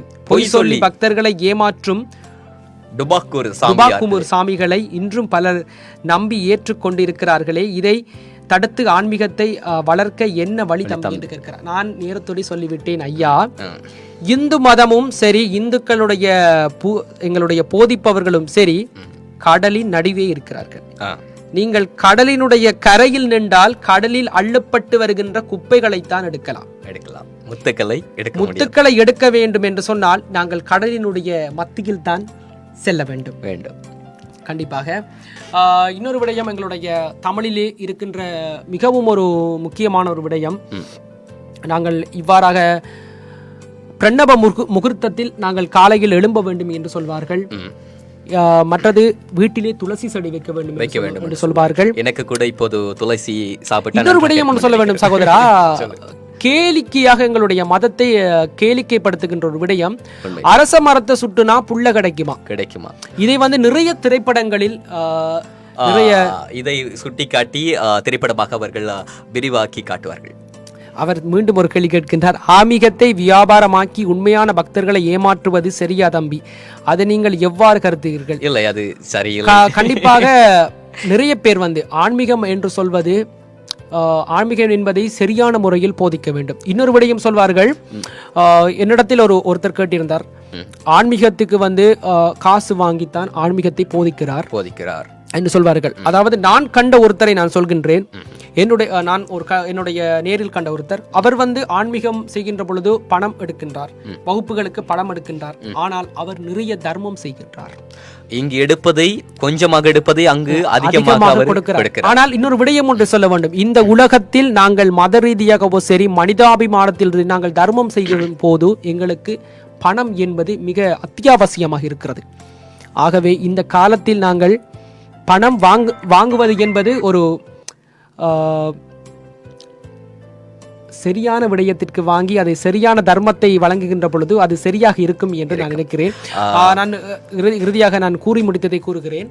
அரச மரத்தை சுற்றி வந்தால் பிள்ளை பாக்கியம் கிடைக்கும், அரசை மரத்தை சுற்றுங்கள் என்று கேளிக்கையான முறையில் எங்களுடைய பலர் கூறுவார்கள். ஆனால் உண்மையில் நாங்கள் அதிகாலையில் பிரணப முகூர்த்தத்தில் எங்களுடைய தமிழர்கள் எழும்பி பழக வேண்டும் என்று சொல்வது ஒரு அத்தியாவசியமான ஒரு உண்மை. காரணம் என்னென்று சொன்னால், எங்களுடைய இமயமலையிலே அதிகாலை 4 மணிக்கு, அதாவது நான் மத ரீதியாகவும் சொல்கின்றேன், அடுத்தது அறிவியல் ரீதியாகவும் சொல்கின்றேன். அதிகாலை 4 மணிக்கு எங்களுடைய இமயமலையிலே எங்களுடைய ஈசனுக்கு பூஜைகள் இடம்பெறும், யாகங்கள் இடம்பெறும், பல்வேறுபட்ட சித்தர்கள் முனிவர்களினால் இடம்பெறும். ஆகவே நாங்கள் அவர்களுடைய சக்திகள் நாடு ஒரு குறிப்பிட்ட அறைக்குள் அடங்கி விடாது, குறிப்பிட்ட ஊருக்குள் அடங்கி விடாது, குறிப்பிட்ட நாடுக்கு அடங்கி விடாது. அது பரந்த ஒரு சக்தியாக இருக்கும். ஆகவே நாங்களும் அந்த நேரத்தில் நாங்கள் எழும்புகின்ற பொழுது எங்களுக்கான சக்தியை அந்த இறைவன் ரீதியாக பெற்றுக்கொள்ளலாம். கண்டிப்பாக இதை நாங்கள் மத ரீதியாக நாங்கள் பார்க்கின்ற பொழுது அதிகாலை 4 மணிக்கு எழும்புகின்றோம், துளசி செடியை சுற்றி நாங்கள் வழிபடுகின்றோம். இறுதியாக என்ன சகோதரா? இல்லையா சிவராசா கணேசா ஒரு கேள்வியினை தொடுத்திருக்கிறார். தமிழில்தான் பூசைகள் ஆரம்பித்தது. ஆரியன் வருகை, பிராமணர்கள் தமிழ் அர்ச்சனைகள் ஏமாற்றி சமஸ்கிருதம் அறிவிப்பாளர் பிராமணியம் சார்ந்திருக்கிறார், புறக்கணிப்பது நல்லது, முட்டாள்தனமான கருத்தை இவர் விதைக்கிறார் என்றவாறு ஒரு கேள்வி தொடுக்கப்பட்டிருக்கிறது. அதற்கான ஒரு பதிலை நீங்கள் இந்த இடத்திலே கூறினால் அது சிறப்பாக இருக்கு. கண்டிப்பாக இன்னொரு விடயம் ஒன்றை நாங்கள் சொல்ல வேண்டும். எங்களுடைய இந்து சமயத்தினுடைய அழிவு 2 வகையாக நடக்கின்றது. ஒன்று மொழி, இன்னொன்று குலம். அதை நாங்கள் ஆழமாக புரிந்து கொள்ள வேண்டும். அதாவது நாங்கள் மொழி மொழி மொழி மொழி மொழி என்று அடித்துக்கொண்டு எங்களுடைய மதத்தை விடுகிறோம். சாதி சாதி சாதி சாதி சாதி என்று அடித்துக்கொண்டு எங்களுடைய மதத்தை விடுகிறோம். இன்று பலர் எங்களுடைய மதத்தில் இருந்து செல்வதற்கான காரணமும் இந்த சாதியம். கண்டிப்பாக நீ உயர் சாதி, நான் தாழ்ந்தவன் என்று குறிப்பிடுகின்ற பொழுதுதான் இந்த மத ரீதியான மத மாற்றங்கள் ஏற்படுகிறது. அதே போல்தான் நாங்கள் மொழி மொழி மொழி என்று எங்களுடைய தாய்மொழி, எங்களுடைய தமிழ் மொழி, எங்கள் தமிழ் மொழிக்கு நாங்கள் முக்கியத்துவம் கொடுக்க வேண்டும் தான், அதை நாங்கள் மறுக்கவில்லை. ஆனால் எங்களுடைய மதத்தையும் நாங்கள் மதிக்க வேண்டும்.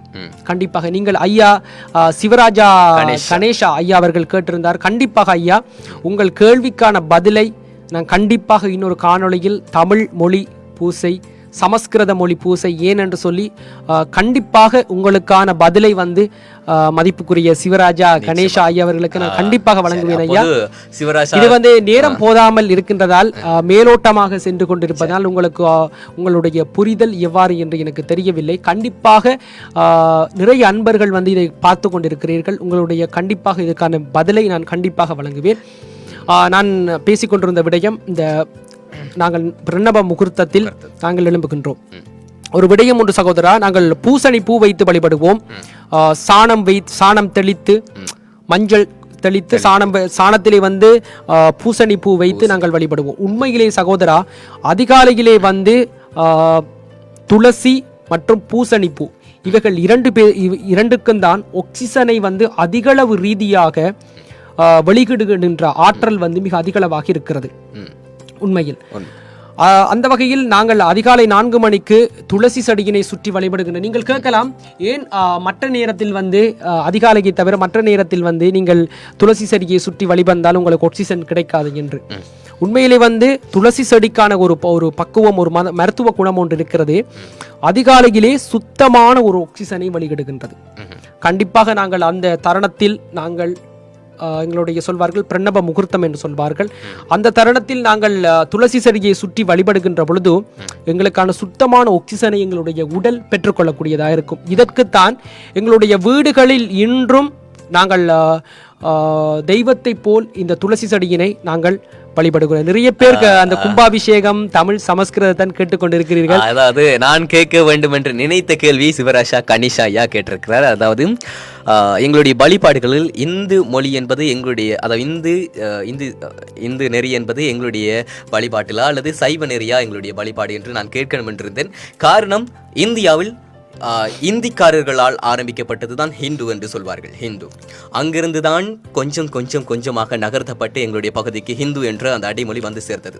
சைவர்கள், அதாவது ஹிந்து என்று சொல்பவர்கள் தனிமையே பெருமையே மரக்கறிகளை மாத்திரம் உண்பவர்கள். சைவர்கள் என்று சொல்லும்போது அவர்கள் வந்து மரக்கறி மான்மிசம் இவையெல்லாம் உண்பவர்கள்.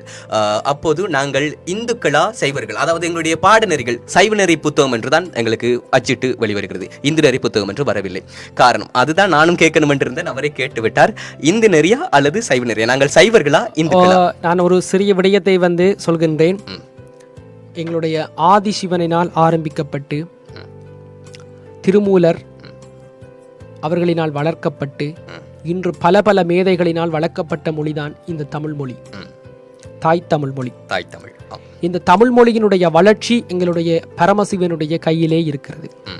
ஆகவே நாங்கள் என்ன என்பதை நீங்கள் அறிவீர்கள். நாங்கள் சைவர்கள் என்பதை இந்த இடத்தில் நாங்கள் பதிவு செய்ய வேண்டும். நாங்கள் சைவர்கள். ஆனால் நாங்கள் இந்துக்கள் என்ற கோட்பாடு எங்கு பிறக்கின்றது என்று சொன்னால், எங்களுடைய கலாச்சாரத்தை அவர்கள் பின்பற்றுகிறார்கள். துர்க்கை என்பது, விநாயகர் என்று பல்வேறு எங்களுடைய கட்டுப்பாடுகளை மதித்து நாங்கள் ஒரு குடையின் கீழ் வருகின்ற பொழுது அவர்களை இந்துக்கள் என்று நாங்கள் சொல்லி நாங்கள் சகோதரத்துவமாக இருக்கின்றோம். ஆனால் குறிப்பாக தமிழ் பேசுகின்ற நாங்கள் சைவர்கள், உண்மை சுத்த சைவர்கள் என்றே நாங்கள், அதாவது இந்து எங்கு பிறக்கப்பட்டதோ அங்கிருந்தே இந்த சமஸ்கிருதமும் வரவழைக்கப்பட்டது. அதாவது எங்களுடைய தமிழில் இருந்தவை என்னவோ அது பிறரால் வந்து சிலது கலக்கப்பட்டு அது வேறு வேறாக காணப்படுகிறது. குறிப்பாக பரங்கியர் மொழிகள் என்றெல்லாம் கூறுவார்கள். எங்களுடைய கலப்பு சேர்ந்து இந்த அழுமாறி இதெல்லாம் எங்களுடைய தமிழ் சொற்கள் இல்லை. இவையெல்லாம் வந்து சேர்ந்த மாதிரியே இந்த இந்து என்ற அந்த யதார்த்த அந்த சொற்களும் அதே போன்று இந்த சமஸ்கிருதம் என்கின்ற அந்த மொழிகளும் வந்து பிற்காலத்தில் தான் தமிழில் தோன்றியது. ஏனென்றால் ஆரம்பத்தில் இப்போது அதாவது தேடுதல் இடம்பெற்றுக் கொண்டிருக்கிறது இங்கு குமரிக்கண்டத்தில். அங்கு வந்து ஈ வந்து சற்று கொஞ்சம் கெளிந்ததாக இருக்கிறது. ஆனால் ஈ தான் கொஞ்சம் வித்தியாசமாக காணப்படுகிறது. ஆனால் தான் அப்போது குமரிக்கண்டத்திலிருந்தே ஆரம்பிக்கப்பட்டது. அதாவது இப்போது குமரிக்கண்டம் இருந்தது என்று யாருக்கெல்லாம் தெரியாது. தமிழர்களுக்கு என்று ஒரு தனி கண்டம் இருந்தது. இப்போது தமிழர்களுக்கு என்று ஒரு நாடு கூட இல்லை. உண்மையாது. அப்போது தமிழர்களுக்கு என்ற ஒரு கண்டமே இருந்தது. அங்கு தமிழ் தான் இருந்தது, தமிழ் எழுத்துக்கள் தான் இருந்தது. பாதியில் எங்கிருந்து வந்தது இந்த சமஸ்கிருதம், இந்த ஹிந்து என்பதுதான் நேயர்களுடைய கேள்விகளும் கூட. கண்டிப்பாக இதுக்கு வந்து நீங்கள் சொல்லலாம். இந்த இடத்தில் இருந்து நான் நிறைய விடயங்கள் வந்து இந்த இடத்திலே சொல்ல வேண்டும். அதாவது இந்த தமிழ் சமஸ்கிருதம் என்ற அடிப்படையில் நிறைய விடயங்கள் சொல்ல வேண்டும். இதனை வந்து பார்க்கின்ற பொழுது லெமூரியா கண்டம், அதாவது எங்களுடைய தமிழினுடைய தோற்றம், எங்களுடைய சமயத்தினுடைய தோற்றம் முருகக்கடவுளை வந்து தலைமையாக வைத்து தோன்ற பெற்றதுதான் இந்த லெமூரியா கண்டம். இந்த லெமூரியா கண்டத்தில் இருந்து தோற்றம் பெற்று எங்களுடைய சமஸ்கிருத மொழி இந்த தமிழ் மொழிக்குள் எவ்வாறு புகுத்தப்படுகிறது, அது வந்து எங்களுடைய மதத்திலே பூசை செய்வதற்கு எவ்வாறு பூட்டப்படுகிறது என்று சொல்லி கண்டிப்பாக சகோதரம் இது சம்பந்தமாக கண்டிப்பாக என்னென்னு சொன்னால், இங்கு கருத்துக்கள் கேட்பவர்கள் அனைவருமே வந்து தமிழ் தமிழுக்கு சமஸ்கிருதம் என்று நிறைய பேர் நிறைய கேள்விகள் வந்து கொண்டிருக்கிறது. நாங்கள் வெகு விரைவில் இந்த இந்து சைவம் பற்றிய ஒரு பட்டிமன்ற காணொலின்னு உங்களுக்கு இந்து மதம் சைவம் தமிழ் சமஸ்கிருதம் ஏன் நாங்கள் சமஸ்கிருதத்தில் பூசை செய்கிறோம், ஏன் அதை நாங்கள் எதிர்க்க வேண்டும், ஏன் அதை நாங்கள் எதிர்க்க கூடாது என்று நிறைய கேள்விகளை கண்டிப்பாக நீங்கள் கேட்டுக்கொண்டிருக்கிறீர்கள். மதத்தின் மரபு தமிழ் மரபு. கண்டிப்பாக சிவராஜா கணேசன் ஐயா, நீங்கள் கண்டிப்பாக உங்களுடைய கேள்விகள் நியாயமான கேள்விகள். நீங்கள் அனைவரும் கேட்டுக்கொண்டிருக்கின்ற கேள்விகள் நியாயமான கேள்விகள்.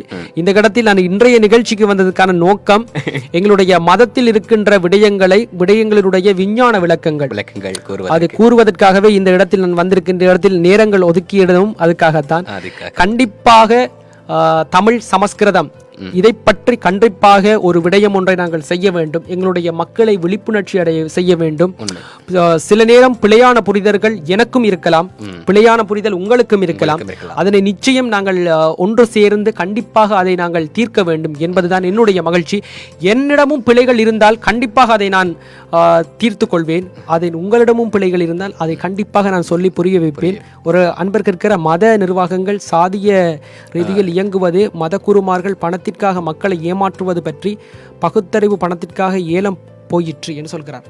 கண்டிப்பாக உறவே ஏனென்றால் நான் சொல்ல வேண்டியதாக இருக்கிறது, நான் பார்க்கக்கூடியதாக இருக்கிறது. என்னுடைய பகுதியில் ஒருவர் சாமியின் பெயரை கூறி தன்னுடைய வீட்டிற்கு கூட, அதாவது தன்னுடைய வீட்டிலே ஆலயம் கட்டப்பட்டு தன்னுடைய வீட்டில் அந்த பாதுகாப்பு கமரா, ஆலயத்திற்கு எதற்கு பாதுகாப்பு கமரா, ஆனால் இப்போது இருக்கும் காலகட்டத்தில் அவர்கள் களவு எல்லாம் செய்கிறார்கள். ஆலயத்திற்கு தேவை, ஆலயத்திற்கு பாதுகாப்பு கமரா பூட்டியவாறே தன்னுடைய வீட்டிற்கு பாதுகாப்பு கமரா, ஆலயத்திற்கு வந்த நிதியை கொண்டு தன்னுடைய மக்களுக்கு சொத்து பணம் சேகரித்து வாகனங்கள் எடுத்து கொடுத்து பெரியதொரு எப்படி இருந்தவர் இப்போது இப்படி ஆகிவிட்டார் என்று பல ஒரு 5 வருடங்களுக்கு முன்பதாக கடல் கடந்து சென்றவர்களை இப்போது பார்த்தார்கள் என்று சொன்னால் அவர்களுக்கு தெரியக்கூடியதாக இருக்கும்.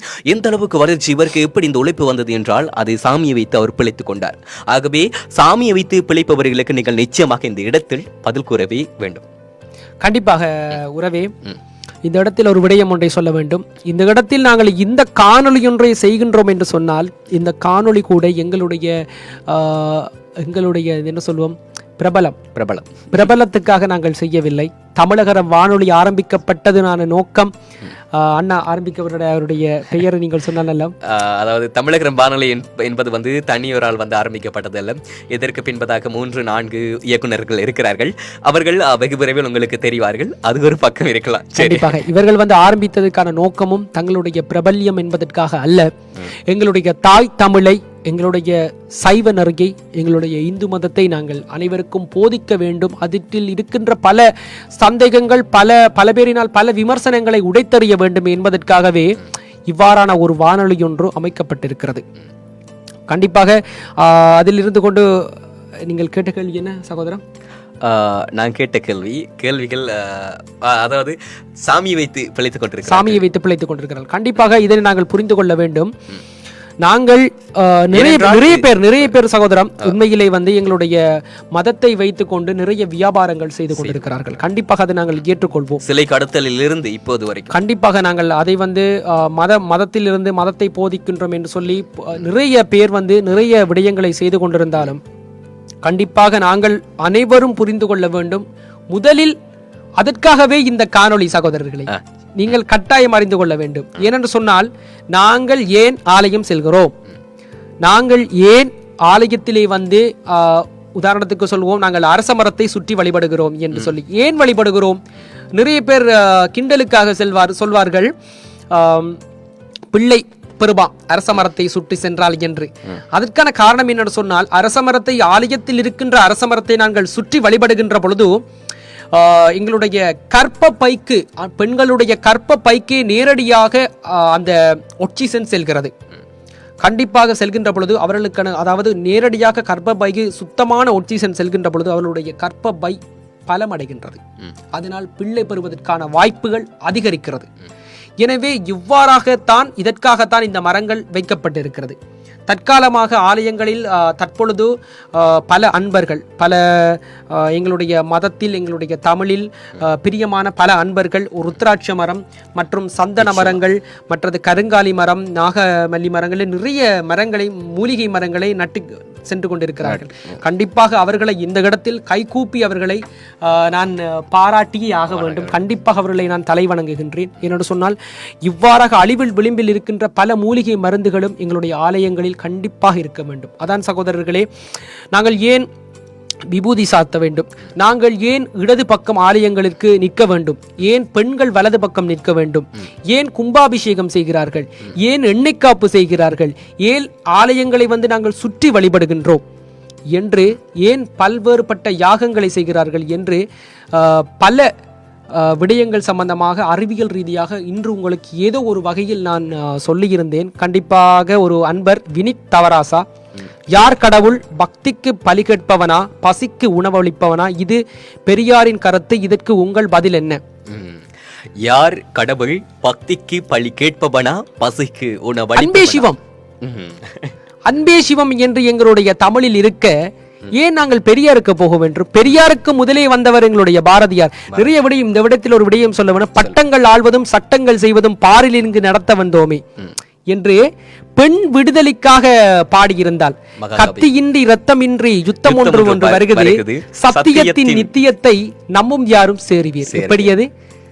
கத்தியின்றி இரத்தமின்றி யுத்தம் ஒன்று வருகிறது, சத்தியத்தின் நித்தியத்தை நம்பும் யாரும் சேருவீர் என்று பாரதியார் பாடியிருந்தார். அன்றே பாடியிருந்தார். அதுக்கு பிறகு சாதிகள் இல்லையடி பாப்பா, குலம் தாழ்த்தி உயர்த்துவது பாவம் அடி பாப்பா என்று பாரதியார் பாடியிருந்தார்.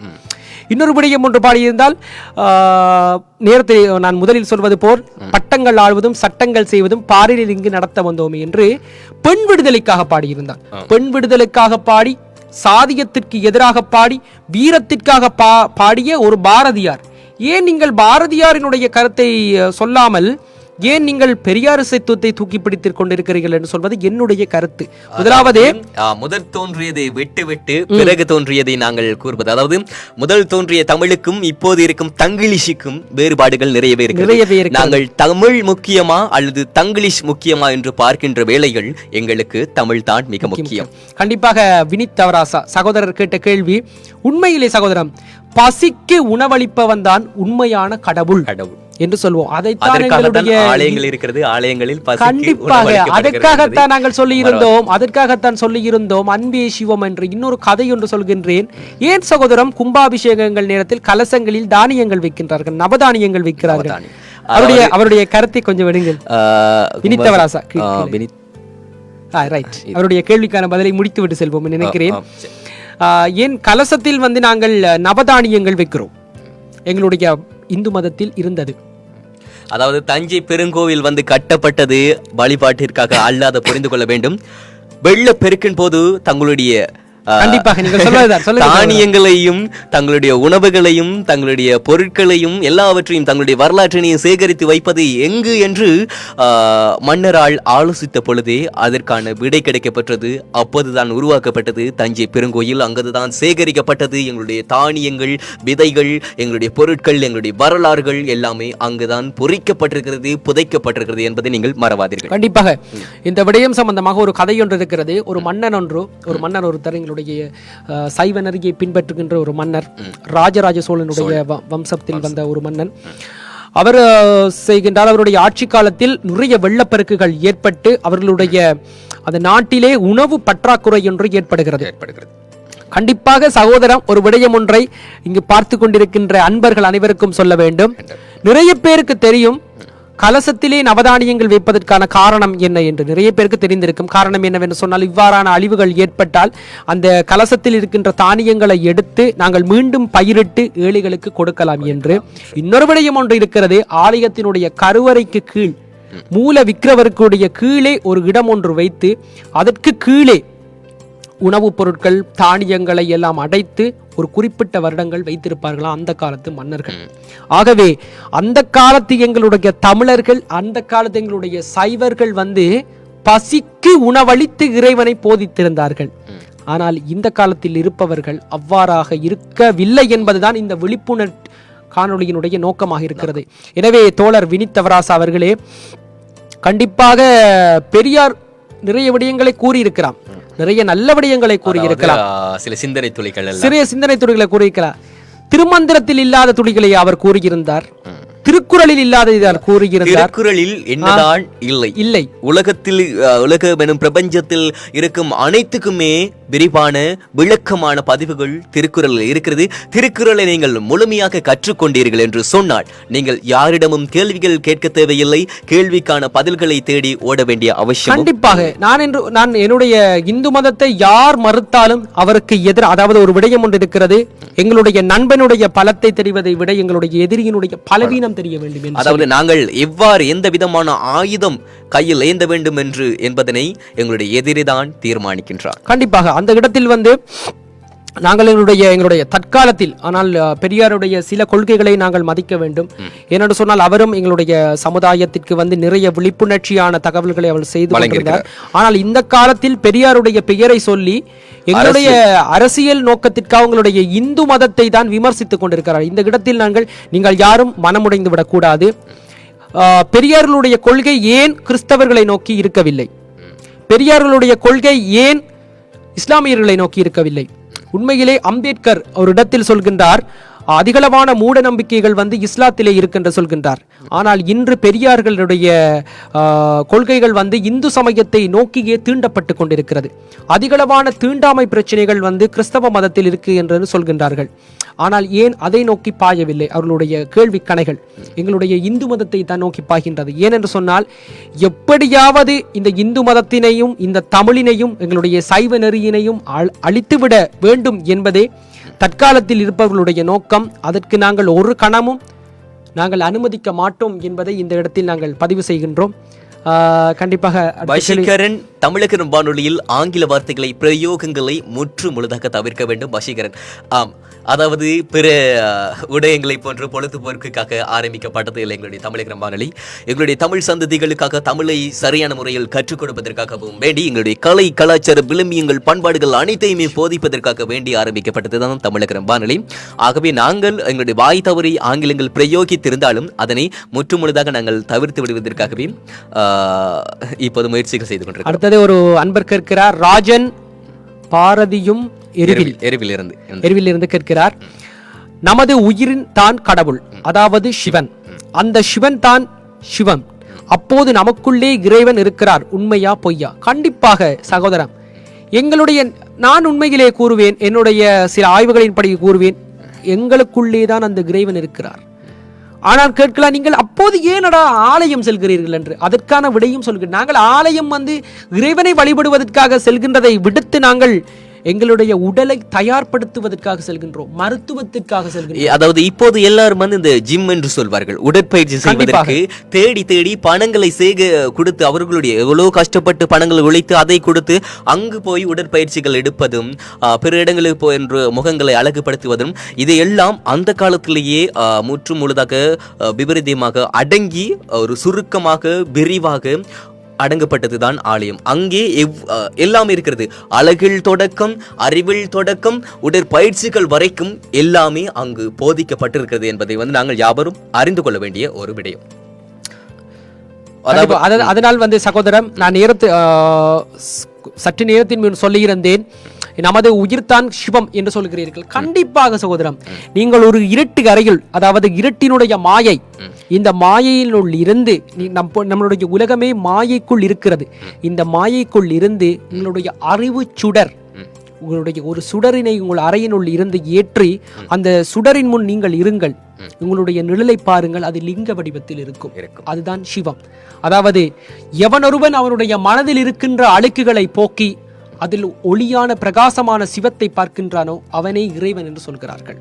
ஆனால் நாங்கள் நிறைய பேர் சொல்ல, ஆலயத்தில் நாங்கள், இன்னொரு சகோதரன் கேட்பார்கள், ஏன் நீங்கள் ஆலயத்திற்கு சென்று மட்டும்தானா இறைவனை பிரார்த்தனை செய்ய வேண்டும், ஏன் வீட்டிலிருந்து நீங்கள் பிரார்த்தனை செய்யக்கூடாதா என்று சொல்வார்கள். அதாவது எங்களுடைய சாதாரணமாக நாங்கள் கிணறு ஒன்று அமைக்க வேண்டும் என்று சொன்னாலே இந்த இடத்தில் தண்ணீர் ஊற்று இருக்குமா என்று பார்த்து தான் நாங்கள் எங்களுடைய கிணறை நீரோட்டை பார்த்து நாங்கள் அமைக்கின்றோம். அவ்வாறாக ஒரு கிணறுக்கே அவ்வாறான ஒரு செயற்பாடுகளை நாங்கள் செய்கின்ற பொழுது, எங்களுடைய ஆலயங்கள் அமைக்கின்ற பொழுது அந்த இடத்தில் நேரேற்றங்கள், அதாவது ஆங்கிலத்தில் கூறுவார்கள் பாசிட்டிவ் வைப்ரேஷன், இவள் இருக்கின்ற அந்த இடத்தில் தான் எங்களுடைய ஆலயத்தினை நாங்கள் அதிகளவு தூரம் அமைக்கின்ற பொழுது அந்த இடத்திலேயே நாங்கள் மணி, அதாவது பஞ்சலோகத்தினால் அமைக்கப்பட்டதான் எங்களுடைய ஆலயங்களுடைய மணி. ஒரு ஆலயத்தில் நாங்கள் ராஜகோபுரத்தில் இருக்கின்ற, அதாவது மணியினை நாங்கள் ஒலிக்கின்ற பொழுது அந்த ஊர் முழுக்க கேட்கக்கூடியதாக இருக்கும். ஆகவே அந்த மணி மூலமாகவும் அந்த பூசைகள் மூலமாகவும் மிகவும் தூய்மையான ஒரு இடம்தான் ஆலயம். ஒரு இடத்தில் ஒரு பழைய ஒரு படத்தில் நான் பார்த்திருக்கின்றேன். ஆலயம் என்பது இங்க பணம் கேட்டு நகை கேட்டு செல்வதற்கான இடம் இல்லையடா. நாம் ஏன் கேட்டோம்? நாம் ஏன் அடுத்தவர்களை கெடுத்துக் கொண்டிருக்கிறோம் என்பதை சிந்திப்பதற்காக செல்கின்ற இடம் ஆன்மீகம் என்று ஒரு திரைப்படத்தில் ஒரு அழகான ஒரு வசனம் ஒன்று வரும். அவ்வாறே எங்களுடைய அந்த புனிதமான இடத்தில் நாங்கள் இருக்கின்ற பொழுது நிச்சயமான எங்களுக்கான நேரான சிந்தனைகளும் பெற்றுக்கொள்ளக்கூடியதாக இருக்கும் சகோதரா. இங்கே ஒரு கேள்வியும் எழப்பட்டிருக்கிறது. பிரேம் நடம் முகநூல் வாயிலாக எங்களுடைய அன்பு சொந்தம், ஏன் ஆலயங்களில் உண்டியல் வைக்கப்படுகிறது? ஆலய பூசகருக்கு ஏன் சம்பளம் கொடுக்கவா இந்த உண்டியல் வைக்கப்படுகிறது? கண்டிப்பாக சகோதரம். அதாவது நான் உங்களிடம் ஒரு கேள்வி ஒன்று கேட்கிறேன். நீங்கள் ஒரு சமயத்தை நாங்கள் போதிக்கின்றோம் என்று நீங்கள் ஒரு பூசகராக இருக்கின்றீர்கள் என்று வைத்துக் கொள்ளுங்கள். சரியா? நீங்கள் அந்த பூசகருக்கான வேலையை நீங்கள் முழுமையாக பார்த்து கொண்டிருக்கிறீர்கள் வைத்துக் கொள்வோம். நாங்கள் உங்களுக்கு சம்பளம் வழங்கவில்லை, நீங்கள் அந்த வேலையில் ஈடுபடுவீர்களா? கண்டிப்பாக நாங்கள் எங்களை முதலாவதாக பார்த்து கொள்ள வேண்டும். அதற்கு பிறகுதான் எங்களுக்கு உடல் வலிமை இருந்தால் தான் நாங்கள் எங்களுடைய சமுதாயத்தை பார்க்கலாம், எங்களை சுற்றியுள்ளவர்களை பார்க்கலாம். உண்மை. அதற்காக ஆலயங்களில் உண்டியல் வைப்பது பூசகர்களுக்கு அதாவது ஆலயங்களில் பூசகர்களுக்கு சம்பளம் கொடுப்பதற்காக அல்ல. உண்மையில் ஆலயங்களில் அந்த உண்டியல் இருப்பதற்கான அடிப்படை நோக்கம் ஏழைகளுக்கு உணவளிப்பதே. இது ராஜேந்திர சோழன் என்று குறிப்பிடுகின்ற ஒரு மன்னன், அவரினால் தான் இந்த உண்டிகள் வைக்கின்ற முறை ஆரம்பத்தில் ஆரம்பிக்கப்பட்டது. அதாவது நீங்களே ஆலயங்களுக்கு செல்கின்றீர்கள், வீதியோரங்களில் கூட பார்க்கக்கூடியதாக இருக்கும், இல்லாதவர்களுக்கு உதவி செய்வதற்காக வேண்டிய ஒரு உண்டியல் வைக்கப்பட்டிருக்கிறது. ஆகவே இது ஆலயங்களுக்கு உரித்தானது அல்ல. நீங்கள் தான் ஆலயங்களுக்கு என்று விமர்சிக்கின்றீர்களே தவிர இந்த உண்டியல் என்பது ஆலயங்களுக்கு அல்ல. உண்டியல் என்பது இல்லாதவர்களுக்கு கொடுப்பதற்காகவும், அதாவது சேகரிப்பது என்பதுதான் அதனுடைய அர்த்தம். ராஜராஜ சோழன் கட்டிய தஞ்சை பெருங்கோயில் இருக்கும் கோபுரம் கூட ஒரு சேகரிப்பு. அது நீங்கள் வங்கி என்று சொல்வீர்கள், அது சேகரிப்பு. அங்கு பெற்று அவர்கள் மோசடி செய்வது போன்று அல்ல. உண்மையில் உண்டியல் என்பது நாங்கள் உங்களிடத்திலிருந்து குறைய பெற்று அதை அதிக சகோதரா. நன்றி. சிவராஜா கணேஷ் ஐயா அவர்கள் பாராட்டியிருந்தார். பெரியார் தமிழை நீசபாசை என்பார், நல்ல எதிர்ப்பதில் அறிந்தீர்கள். நன்றி சகோதரர். கண்டிப்பாக நான் அவருடைய கொள்கையில் எந்த இடத்தில் எங்களுடைய மதத்தை எவன் ஒருவன் தாக்குகின்றார்களோ அவர்களை நாங்கள் ஏன் என்று கேள்வி கேட்க வேண்டும். கேள்வி கேட்காமல் நாங்கள் ஏன் கேள்வி கேட்க வேண்டும்? அவர் கேட்டுக்கொள்வார் தானே என்று நாங்கள் கேள்வி கேட்காமல் இருந்தே அவர்கள் இன்று வளர்ந்து கொண்டிருக்கிறார்கள்.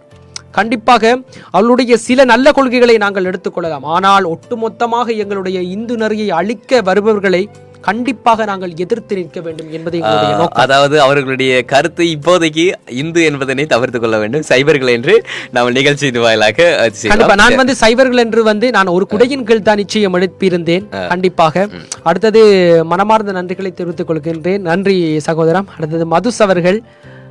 நன்றி மதுஸ், அவர் என்னுடைய நண்பர். கண்டிப்பாக நான் அவரை இந்த இடத்தில் சொல்லி கொள்ள விரும்புகிறேன்.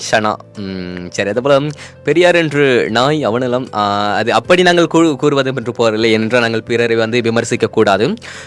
அவர்கள் தவறுகள் செய்திருப்பார்கள். கண்டிப்பாக இன்னொரு சகோதரன் நான் சொல்கின்றேன், பெரியாருடைய கொள்கைகள் உண்மையிலே பெரியார் இருக்கின்ற பெரியாருடைய பற்றி ஒரு விடயம் ஒன்றை நான் நல்ல விடயம் ஒன்றை சொல்ல வேண்டும். பெரியாருடைய அதாவது இந்தியாவிலே ஒரு அறிஞர் இருந்திருக்கிறார், அவருடைய நான் பெயரை சொல்ல விரும்பவில்லை.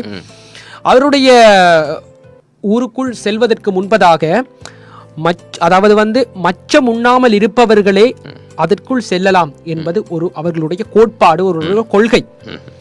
ஆகவே செல்ல முடியாது. நாங்கள் அதாவது சிறிய வயதில் இருந்தே மாமிசங்கள் உண்பவர்கள் அதற்குள் செல்ல முடியாது என்பதே அவர்களுடைய கொள்கை.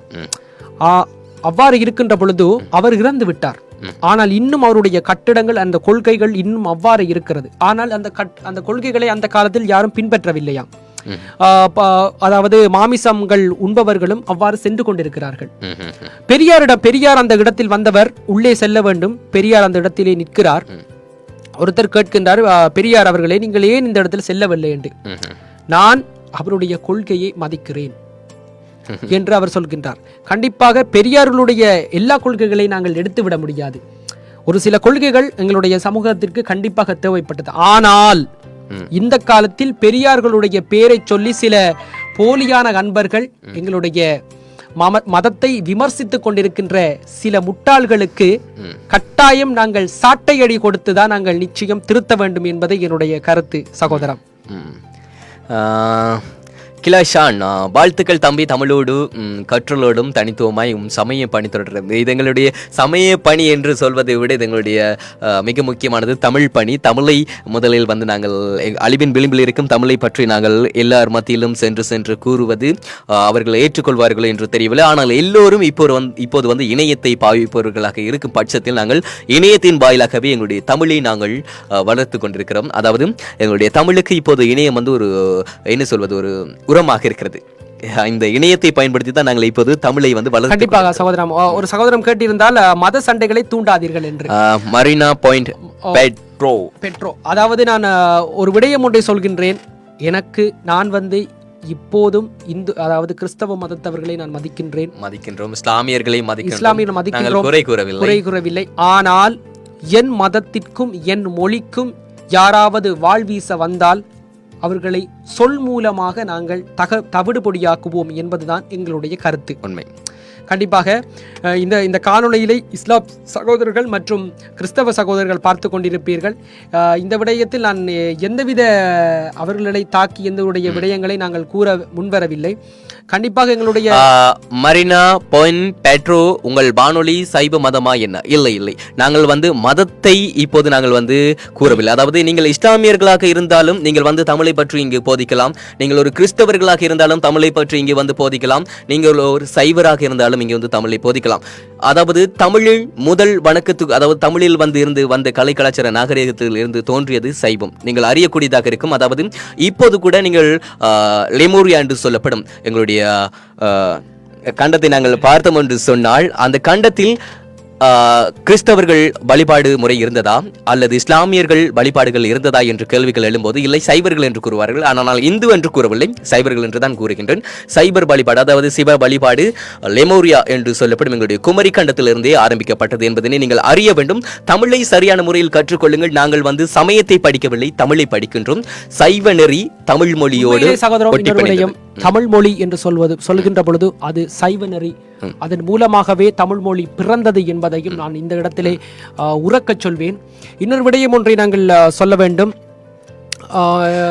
மரீனா, நீங்கள் அளவுக்கு அதிகமாக பேசுகிறீர்கள். மரீனா பாயிண்ட் பெட்ரோ, சகோதரா, என்ன மதம் உங்கள் வானொலி? எங்களுடைய மதம் எம்மதமும் சம்மதம். நாங்கள் தமிழர்கள், நாங்கள் தழுவிருக்கும் மார்க்கங்கள் தான் வெவ்வேறு, கிறிஸ்தவம், இஸ்லாமியம், சைவமே தவிர நாங்கள் தமிழர்கள் என்பது நீங்கள் அறிய வேண்டியது ஒன்று. காரணம், உழவர், அதாவது நீங்கள் கூறுவீர்கள் தமிழர்களுக்குரியது உழவர், அதாவது தைப்பொங்கல் என்று. தைப்பொங்கல் ஏன் அப்போது கிறிஸ்தவர்கள் கொண்டாடுகிறார்கள்? அது கிறிஸ்தவத்திற்குரியதா? இல்லை. ஏன் இஸ்லாமியர்கள் கொண்டாடுகிறார்கள்? அது இஸ்லாமியர்களுக்குரியதா? இல்லை, அது தமிழர்களுக்கு உரியது.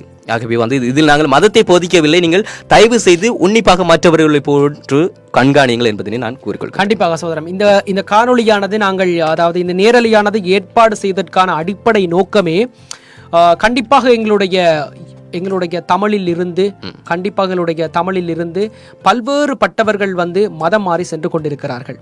கண்டிப்பாக, அதாவது எங்களுடைய மதத்தில் என்ன இல்லை? அறிவியல் இல்லையா? ஆன்மீகம் இல்லையா?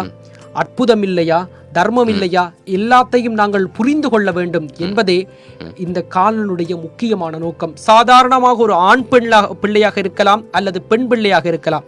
நீங்கள் பிறந்ததில் இருந்து நீங்கள் இறக்கும் வரை, நீங்கள் சுடலைக்கு செல்லுகின்ற வரை எங்களுடைய இந்து மதத்தில் அத்தனை அறிவியல் ரீதியான உண்மைகளும் பொதிந்திருக்கின்றன என்பது எங்களுடைய அடிப்படை நோக்கம். மற்ற இன்னொரு விடயம், நாங்கள் அட்டாங்க நமஸ்காரம், பஞ்சாங்க நமஸ்காரம், அடுத்தது நாங்கள் தோப்புக்கரணங்கள் போடுகின்றோம், தலையில் குட்டுகின்றோம், கன்னத்தில் ஒட்டுகின்றோம், வழிபடுகின்றோம்.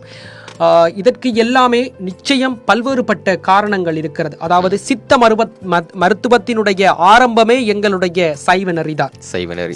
அதாவது சைவத்தில் இருப்பதை நீங்கள் சரியாக கற்றுக்கொண்டீர்கள் என்று சொன்னால் உங்களுடைய வாழ்க்கையில் எந்தவித நோய் நொடிகளும் இன்றி நீங்கள் வாழக்கூடியதாக இருக்கும். சைவத்தில் எல்லா சித்த மருத்துவமும் குறிப்பிடப்பட்டிருக்கிறது என்பதனை நீங்கள் அறிய வேண்டும். கண்டிப்பாக, உண்மையிலே, அதாவது இன்று அமெரிக்காவிலே ஒரு பல்கலைக்கழகத்தில் இன்று எங்களுடைய நடராஜர் சிலையை வைத்து அவர்கள் ஆராய்ச்சி செய்து கொண்டிருக்கிறார்கள். உண்மையாக ஒரு விடயம் ஒன்றை சொல்ல வேண்டும். நடராஜர் சிலை, அதாவது நடராஜர் சிலையினுடைய வடிவமே மிகப்பெரிய ஒரு விஞ்ஞானம். இதனை கண்டிப்பாக எங்களுடைய தமிழகரம் வானொலி நேயர்களுக்கு 2 விடயங்கள், ஒன்று கும்பாபிஷேகம், அடுத்தது தமிழ் பூஜைகள், சமஸ்கிருத பூஜைகள், அடுத்தது 3வது விடயம் இந்த நடராஜர் சிலையினுடைய விளக்கம், விஞ்ஞான ரீதியான விளக்கம். கண்டிப்பாக இந்த நடராஜர் சிலை என்பது அபூர்வமான ஒரு விஞ்ஞான விளக்கம் என்பதை அனைவரும் அறிந்திருக்க வேண்டும். ஏனென்று சொன்னால் இன்று பலரால் பல விஞ்ஞானிகளினால் அது ஆராய்ச்சி செய்து கொண்டிருக்கிறார்கள்.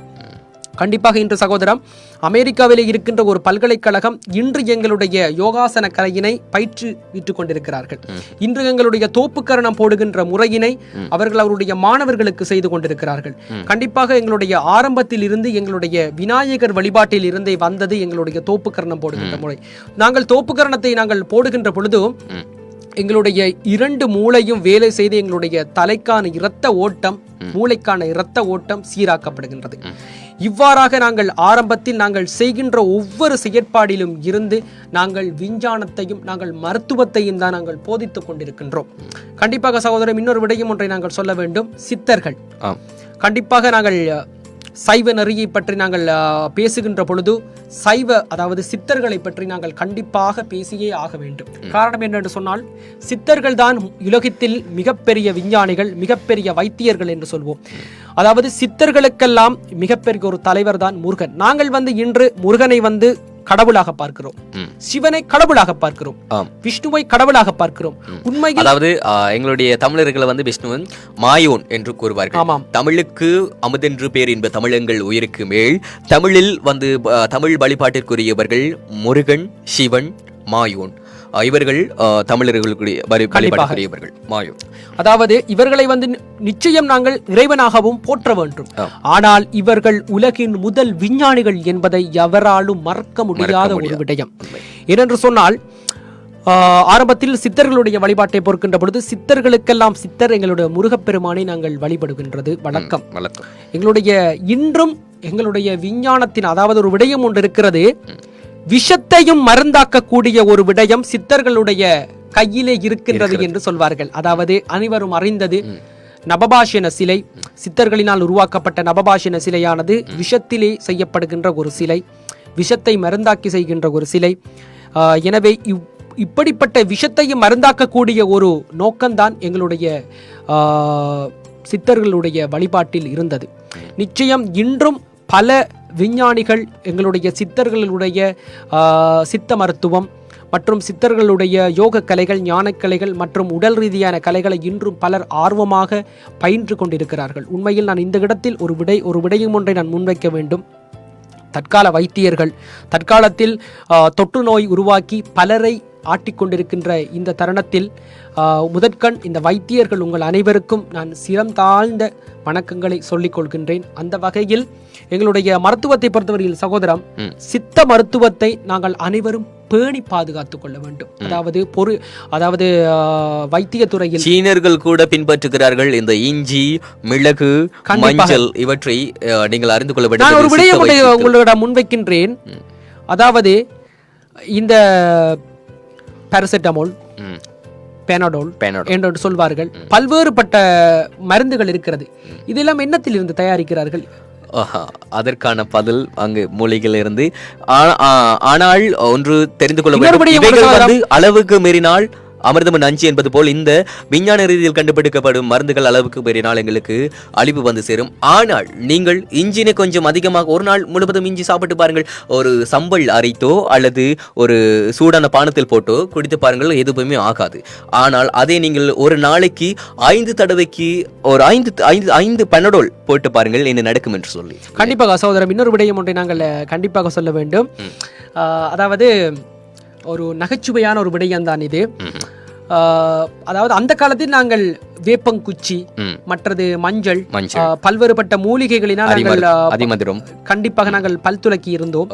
ஆனால் இன்று நாங்கள் சொல்கிறார்கள், அதாவது பத்தூரிகை விளம்பரத்தில் சொல்கிறார்கள், இதில் மஞ்சள் இருக்கிறது, இதில் உப்பு இருக்கிறதா, இதில் தேசி இருக்கிறது என்று சொல்லி நாங்கள் அந்த காலத்தில் அதைத்தான் பின்பற்றி வந்தோம். அதைத்தான் இந்த காலத்து வைத்தியர்கள், நாங்கள் வைத்தியர்களுக்கு நாங்கள் அறிவுரை கூறும் அளவுக்கு என்னிடம் அறிவு போதாது. நான் அவர்களை போற்றுகிறேன். நான் என்னுடைய சற்று என்னுடைய ஒரு கருத்தினை தான் அவர்களுக்கு அன்பாக முன்வைக்கின்றேன். நீங்கள் இந்த சித்த மருத்துவத்தினை கண்டிப்பாக கைவிடக்கூடாது. ஏனென்று சொன்னால் இந்த சித்த மருத்துவம் என்பது அத்தனை உண்மைகளையும் பொதித்து வைத்திருக்கின்ற ஒரு மருத்துவம் தான் இந்த சித்த மருத்துவம். கண்டிப்பாக தோழர்களே, இந்த சித்த மருத்துவத்தில் இல்லாத ஒரு விடயங்களே இல்லை என்பதுதான் கண்டிப்பான ஒரு உண்மை. நாங்கள் அனைவரும் இந்த தொற்று நோய்க்கான மருந்துகளை நாங்கள் பல்வேறு ஆராய்ச்சிகள் நாங்கள் செய்து கொண்டு வருகிறோம். ஆனால் சகோதரம், இன்னொரு விடயம் ஒன்றை சொல்ல வேண்டும். முதலாவது டெஸ்ட் டியூப் பேபி, அதாவது ஆங்கிலத்தில் சொல்வார்கள், முதலாவது டெஸ்ட் டியூப் பேபி எங்களுடைய சித்தர்களில் ஒருவர் பிறந்திருக்கிறார். எங்களுடைய சித்தர்களில் ஒருவரே இந்த மண்டை ஓட்டினை பிளந்து அந்த மண்டை ஓட்டிலே இருக்கின்ற ஒரு வைத்திய முறையினை செய்திருக்கின்றார். கண்டிப்பாக புற்றுநோய்க்குரிய மருந்தை ஆரம்பத்தில் எங்களுக்கு வழிகாட்டியவர் சித்தர் போகர் அவர்கள். காயகல்பம் என்று சொல்வார்கள். அவ்வாறான வைத்திய முறைகளை அறிமுகப்படுத்தியவர் தான் சித்தர் போகர் அவர்கள். உண்மையில் இங்கு காணொளியை பார்த்து கொண்டிருக்கிற அனைவரும் எங்களுடைய மதத்திலே இருக்கின்ற இந்த சித்த மருத்துவம் என்று கூறுவது மதத்திற்கும் அப்பாற்பட்டது. இறுதியாக ஒரு சகோதரி ஒருத்தர் கேட்டிருந்தால், இது இந்து சமய வானொலி என்று கேட்டிருந்தார். நாங்கள் இந்து சமய வானொலியும் இல்லை, சைவ சமய வானொலியும் இல்லை, நாங்கள் விஞ்ஞான ரீதியான தமிழ் வானொலி என்பதை இந்த இடத்தில் பதிவு செய்து கொண்டிருக்கிறோம். எத்தனையோ ஆயுதங்கள் ஏந்தி எங்களுடைய தமிழுக்கு விடிவு பிறக்கவில்லை. இப்போது நாங்கள் அறிவாயுதம் ஏந்தி உங்கள் மத்தியில் நாங்கள் பயணிக்கின்றோம். எங்களுடைய அழிவின் விளிம்பில் இருக்கும் தமிழ், கலை, கலாச்சாரங்கள், விளிமியங்கள் அத்தனையுமே உங்களுக்கு நாங்கள் எந்த அளவுக்கு போதிக்க முடியுமோ அந்த அளவுக்கு தமிழைத்தான் போதிக்கிறோமே தவிர நாங்கள் மதங்களை போதிப்பது அல்ல, மதங்களை விமர்சிப்பது. ஆரம்பத்திலே நான் சகோதரம் சொல்லி இருந்தேன், இது நாங்கள் மதத்தை போதிப்பதற்கான களம் அல்ல. எங்களுடைய மதத்தில் இருக்கின்ற, எங்களுடைய தமிழில் இருக்கின்ற அறிவியலை நாங்கள் வெளிக்கொண்டு வருவதே இதில் நோக்கம். கண்டிப்பாக சகோதரர் இன்னொரு விடயத்தை சொல்ல வேண்டும். வெளிக்கொண்டு வந்தால் சிலருக்கு சில பிரச்சனைகள் எழத்தானே செய்யும். உண்மைகள், அதாவது புதைந்திருக்கும் உண்மைகள் வெளிக்கொணரப்படும் போது பலருக்கு பல அடிகள் படலாம், அடிகள் படத்தான் வேண்டும். சொன்னால் எங்களுடைய மூட நம்பிக்கை என்ற காட்டி எங்கள் மதத்தை கேவலப்படுத்துகின்ற, எங்கள் மதத்திலிருந்து பல பேரை ஈர்த்தெடுக்கின்ற சில பேருக்கு கோபம் வரத்தான் செய்யும். ஏனென்று சொன்னால் கண்டிப்பாக நாங்கள் அவ்வாறான செயற்பாடுகளை இனிமேல் நாங்கள் விட்டு கொடுக்க மாட்டோம். ஏனென்றால் நாங்கள் ஆரம்பித்ததே நாங்கள் மதத்தை பற்றியல்ல, எங்களுடைய அதாவது தமிழர்களுடைய வழிபாடு எதை பற்றி என்று கேட்டிருந்தார்கள். அதற்கான கேள்விதான் சைவம் என்று சொல்லியிருந்தோம். இந்து அல்ல, சைவம்.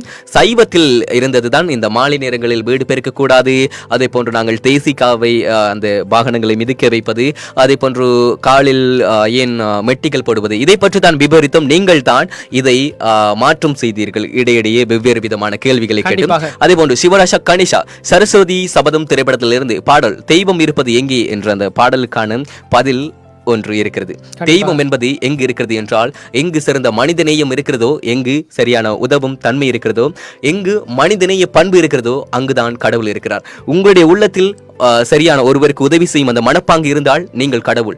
அதாவது நான் ஒருவருக்கு போய் உதவி செய்யும் பட்சத்தில் அவருக்கு நான் கடவுள் வழியாக போய் அவருக்கு உதவி செய்ததாக அவர் என்னை கடவுளாக எண்ணுவாரே தவிர நிஜமாக கடவுள் உதவி செய்வதில்லை. கடவுள் ரூபத்தில் இன்னொருவர் உதவி செய்வதாகத்தான் எண்ணுவார்கள்.